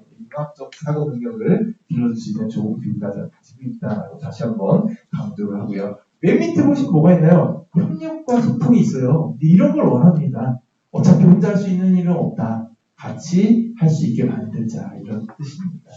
자, 아이들이 수업을 통해서 이제 평가를 합니다. 네, 평가 같은 경우에는 이제 2025년부터 이제 많이 바뀔 거고요. 지금 현재는 석차 등급 내는 과목들 많은데 2025년부터는 석차 등급 내는 과목이 확 줄어들 거다라고 보시면 될 것 같습니다. 자, 직무 적합성, 조직 적합성, 올바른 이성, 이 세 가지는 뭘까요? 얘는 면접 평가의 기준인데요. 이거 대학 면접이 아니고요. 실제 모 대기업의 면접 평가 기준이라고 해요. 이런 것들을 본답니다. 직무 적합성에서 팀워크랑 대인관계 이런 것들을 살펴본대요. 조직 적합성에서 열정 이런 것들을 본대요. 올바른 인성 요새는 반드시 봅니다. 많이들 보셨죠? 요새 이제 학폭도 반영되잖아요. 학폭하면 이제 뭐 학생 종합전 이런 데서 뽑히기 힘들잖아요. 요새 야구 같은 거 봐도 학폭하고 막 이러면은 막 안 뽑아주고 막 이러잖아요. 아이들 인성이나 이런 것들이 굉장히 중요하게 볼 거다. 이런 얘기죠. 자, 그래서 이제는 평가에 있어서도 그냥 누가 빠른 시간 내에 얼마나 정답을 잘 맞추느냐 이런 것들도 중요하지만 이제부터는 다양한 역량을 평가하겠다 이런 이야기를 하고 있어요. 자, 여기 있는 이 6가지 역량이죠. 문제 해결, 추론, 창의, 응답, 의사소통, 정보처리, 태도미 실천이라는 이런 역량도 있습니다. 근데 얘가 어떤 역량이냐면 제가 속해 있는 수학과 교과 역량이에요. 수학과 역량인데 태도미 실천도 있어요. 아이들이 얼마나 수업에 열심히 참여하느냐, 열정적으로 참여하고 발표를 하고 이러느냐, 틀리고 맞고가 중요한 게 아니고 얼마나 열심히 참여하느냐 이런 것도 평가의 요소 될 수 있다라는 거 아셨으면 좋겠습니다. 자, 이제 여기부터는 아이들에게 반영되는 내용은 아닙니다. 이수는 2025년 입학생 때부터 반영되는 내용이기 때문에 이 부분은 이제 패스할 건데 중요한 게 최소 성취 수준 보장 지도를 그 대신에 지금부터 하겠다. 그래서 아까 말씀드린 부분 학업 성취율 40%를 도달하지 못하면 보충 지도를 받을 수 있다라는 부분이고요. 그래서 아이들이 학점을 따서 졸업할 수 있는 이런 제도다라고 보시면 되고 이제 좀 구체적인 얘기를 드릴게요. 이 부분은 학생들한테 이제 안내가 나갈 겁니다. 5월 말에 저희가 교육과정 설명회한테 안내가 나갈 건데요. 일단은 현재 2학년 학생들이 3학년 올라갈 때 어떤 과목들을 선택할 수 있는지를 제가 정리를 이렇게 봤습니다. 여기 보시면 국어 같은 경우에는 엄매랑 합법 장문, 엄매랑 화장이라고 보통 얘기해요. 줄여서. 택일입니다. 3 더하기 3이라는 건 1학기 때 3단위, 2학기 때 3단위짜리 과목이다. 그래서 얘는 1년짜리 과목이다. 이렇게 보시면 돼요. 택일이니까 둘 중에 하나 선택해야겠죠. 그래서 뭐랑 관련 지어야 될까요? 수능 선택 과목인 거죠. 그래서 수능 둘 중에 뭐 할래? 라는 이야기고요. 근데 지금 현재 3학년 아이들은 전부 다 화장을 하고 있습니다. 엄매 거의 안 나와가지고 전부 다 100% 화장을 듣고 있어요, 아이들이. 왜냐면 아이들이 엄매보다는 화장 쪽을 조금 더 많이 선호하기를 해요, 실제로. 근데 가끔 보면 이제 또 엄매를 선호하는 아이들도 있긴 하더라고요. 근데 올해 또 2학년 아이들은 어떻게 선택할지 이거 결과는 매년 바뀌기 때문에 좀 이제 열어봐야지 알 수 있을 것 같고요. 수학 같은 경우에는 확통과 미적 중에 택1, 이거 좀 신기하죠? 이게 좀 신기한 제도입니다. 다른 학교에 거의 이렇게 하나도 없는데요. 한 개 선택해도 되고, 2개 선택해도 된다. 이런 뜻이에요. 근데 지금 현재는 확률과 통계는 모든 아이들이 다 듣게 그냥 픽스되어 있어요. 근데 지금 이제는 이것도 다 선택 과목으로 돌리고 있는 중이다라고 보시면 되겠고요. 한 과목 또는 2과목이니까 어쨌든 둘 중에 최소한 하나를 선택해야 된다는 얘기죠. 약간 좀 문과 계열의 학생들은 확통을 선택을 하겠죠. 이과 계열의 학생들은 미적분을 선택하겠죠. 근데 얘네들은 확통도 같이 해도 된다라는 얘기예요. 그러니까 미적분만 해도 되고 둘 다 해도 되고 뭐 이런 뜻으로 보시면 되겠습니다. 영어는 실용영어랑 심화영어 중에 택일인데요. 이거는 아마 거의 모든 아이들이 대부분의 아이들이 심화영어를 선택하지 않을까라는 생각이 들어요. 실용영어 같은 경우에는 사실 약간 좀 기본적인 내용들로 많이 이제 구성이 되어 있다 보니까 3학년에서는 아마도 심화영어가 조금 더 아이들 선택이 많지 않을까 예상을 하고 있고, 체육 같은 경우에는 빨간색으로 제가 제만 과목 표시 따라해야죠. 택이 있나요, 없나요? 없습니다. 선택권이 없어요. 왜 송내고는 체육을 선택을 두지 않았나요? 송내고만 그런 게 아니고 전국에 있는 모든 학교가 그래요. 교육과정 편성 규정에 뭐가 있냐면 체육은 매 학기 개설한다라고 돼 있어요. 매 학기 모든 아이들이 무조건 다 해야 돼요. 그래서 저희가 막 이렇게 억지로 시키는 게 아니고 이거는 전국 공통이라고 보시면 되겠어요. 그래서 체육은 선택 과목이 아니고요. 예술에서 이제 음악이랑 미술 중에 택일이 있습니다. 음악 감상과 비평, 미술 감상과 비평. 생활교육군에서 생활과문, 공학 일반 중에 이제 택일을 해야 되네. 그래서 여기는 이제 택일, 택이 뭐 이렇게 돼 있잖아요. 그래서 대부분 뭐 둘 중에 하나 택, 뭐 이렇게 돼 있는데 약간 좀 복잡해지는 부분이 이거예요. 교과 영역간 선택이라고 부르는데요. 교과의 영역을 부셨다 이렇게 생각해요. 벽을 홍보했다 이렇게 보시면 될 것 같습니다. 그래서 이 왼쪽에 보시면은 택 2, 3으로 돼 있죠. 2개 또는 3개를 이 중에서 선택을 하면 되겠다. 사회, 과학, 데이터과학과 머신러닝, 정보교육과 함께 들어있는 분이라고 보시면 되겠습니다. 근데 왜 2개, 3개일까요? 이게 이제 아까 앞에 있는 거 수학이랑 맞물려 들어가는 거야. 앞에서 하나 선택했으면 여기서는 3개 선택해야 되고요. 앞에서 2개 선택했으면 여기서는 2개 선택해야 돼요. 이런 구조다라고 보시면 되겠고요. 오른쪽에 있는 이 과목들 중에서 이제 2개를 선택하면 됩니다. 여행지리, 사문탐, 심화국어, 인공지능 수학, 중국문화가 있고요. 여기 이제 하나가 더 추가될 예정이에요. 이거는 이제 최근에 저희가 교육과정 협의회를 통해서 이제 결정을 하려고 하는 상황인데 아직 확정은 아니지만 여기에 일본어 과목을 하나를 더 추가시킬 생각입니다. 일본어 1은 2학년 때 있거든요. 근데 이제 3학년 때 일본어 과목이 없다 보니까 또 일본어 하고 싶은 아이들 수요가 있어요. 아이들 수요조사 했거든요. 그래서 일본어 하고 싶어요 라는 아이들이 있어가지고 중국 문화에다가 또 옆에 일본어 추가목을 하나 집어넣을 생각입니다. 그래서 이거 확정되면은 나중에 가정 도시부에나 이런 아이들을 통해서 안내드리도록 하겠습니다. 밑에 이제 선택시 주의사항이 있는데요. 이 주의사항은 뭐냐면은 아이들이